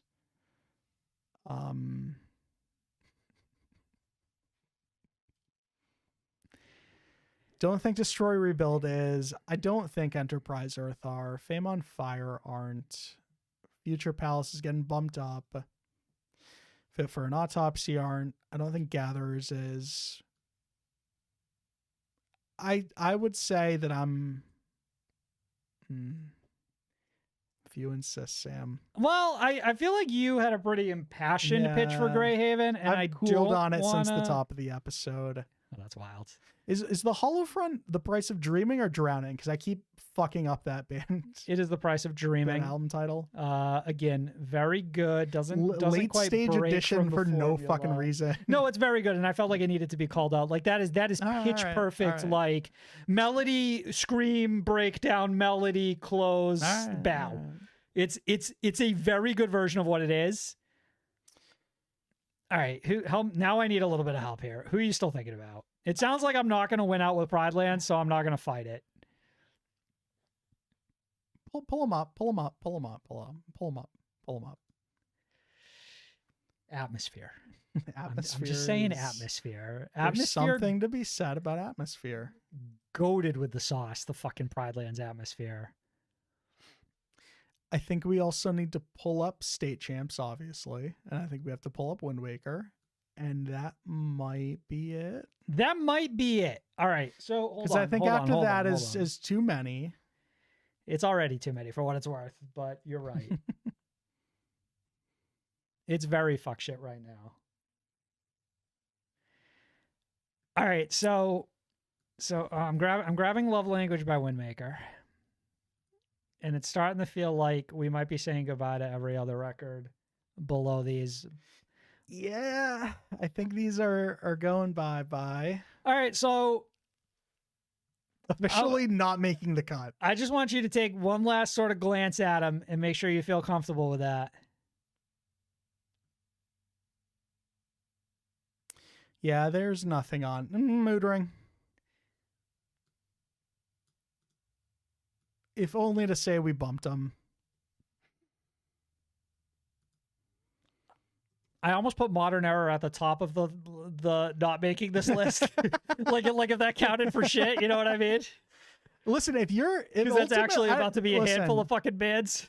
We can get real fucking crazy, Sam. We can put Modern Error in this Problem list. is I'm not going to take Modern Error over some of the ones that we still got sitting here. So right now, we've got 2 spots left, and here's what we're looking at. Good Grief by 93 Feet of Smoke, New Nostalgia by Dead American, Spiritual Ascension by Sharia Moore, Never Before Seen, Never Again Found by Arm's Length, Run by Future Palace, The Deep by Glasslands, This Bright and Beautiful World by Greyhaven, New Breed by Keizo, Pep by Lights, Light Bends by Pridelands, Kings of the New Age by State Champs, Love Language by Wind Waker, and Stargazer by Mood Ring.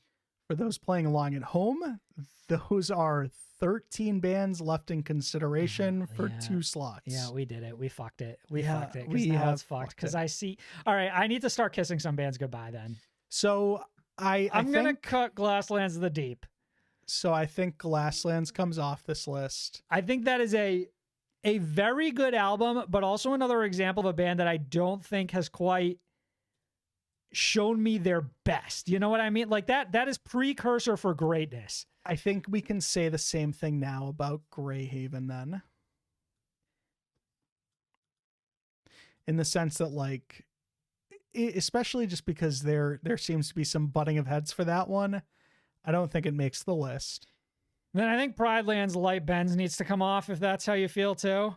I think so. Again, fucking insanely good atmosphere on that album. I think Sharia Moore probably comes off this list now. There's nothing quite like Sharia Moore, but I don't think this is going to be the Sharia Moore album. I think it's still in their future.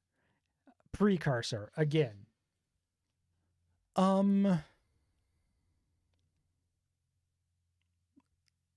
So we've got it down from 13 to 9. That's a good start. I'm going to be honest with you. That's a good start. I think Never Before Seen, Never Again Found isn't quite on this list. Can I tell you another one that I don't think is quite on this list? Yeah. New Nostalgia by Dead American probably doesn't make the cut.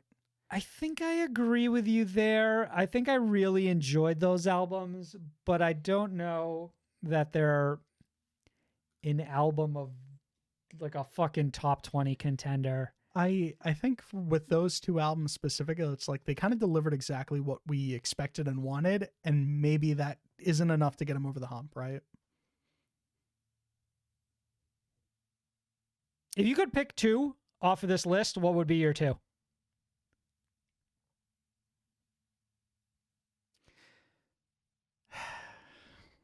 This is tough. What we're looking for here are, what are the 2 that we don't say, right? Like, what are the ones that we don't say I think might speak volumes? State let's Champs say we each pick 2. Let's say we each pick 2. All okay, right. so you're thinking State Champs needs to be on here. Got it.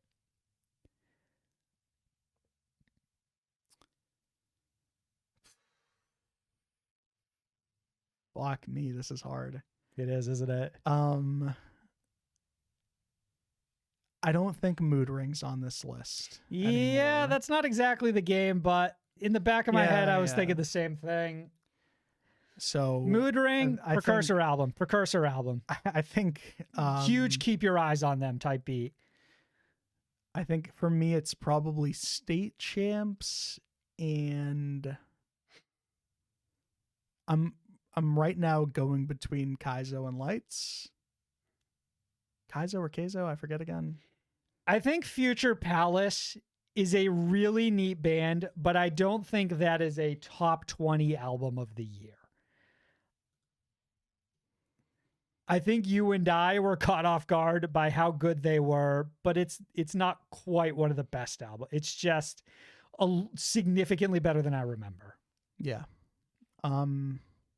That cuts us down to 5, which is a lot better. I'm at State Champs, so 5 and 2 left. I'm at State Champs, I think probably are on here. And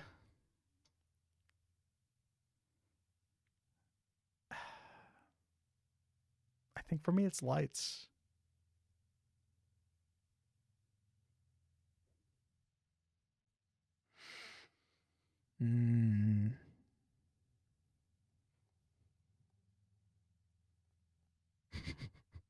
I just needed to be able to see what we recently put up there as well to kind of get a vibe.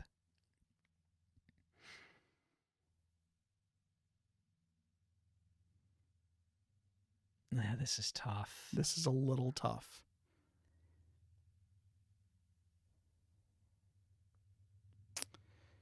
I think for me, I would take Lights and Wind Waker.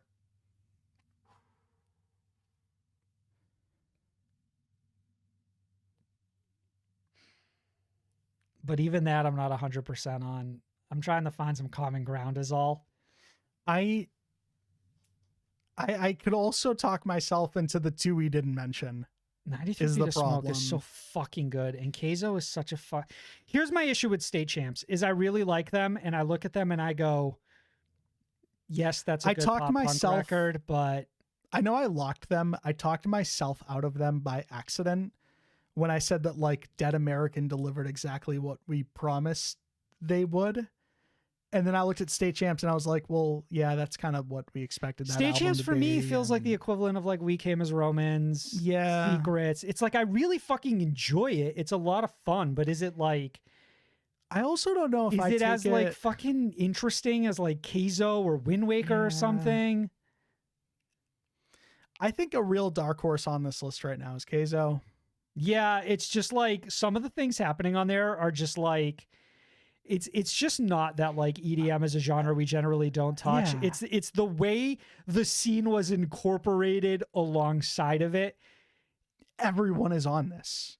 Aaron Pauli, Poor Stacy, coming out of Plus, Smash Brothers Ultimate of it's nuts. Records. And the fact that all of it works so well together is kind of the cherry on top, but I really want to include 93 Feet of Smoke.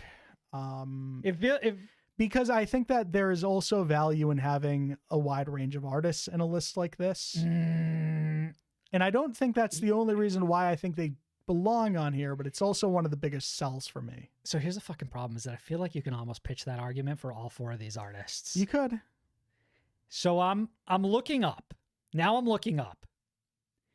Did we gift anybody a spot for an argument we've made against a different artist?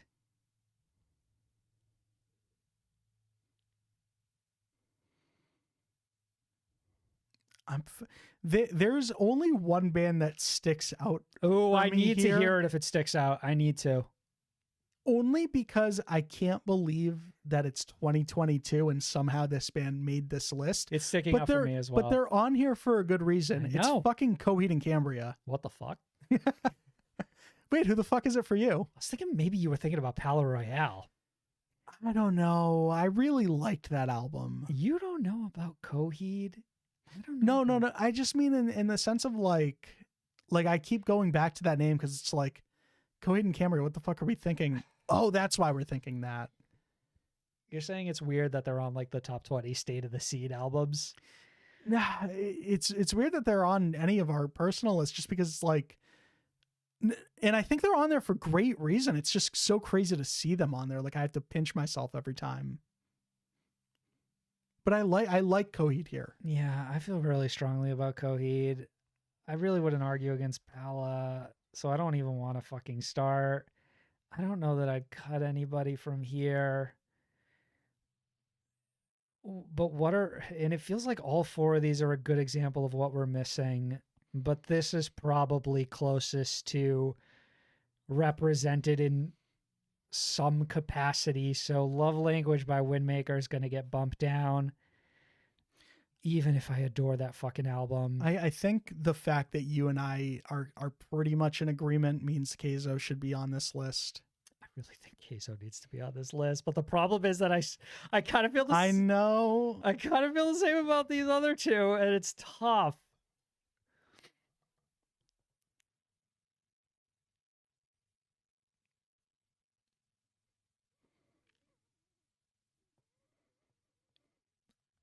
I think I'd go 93 over Lights.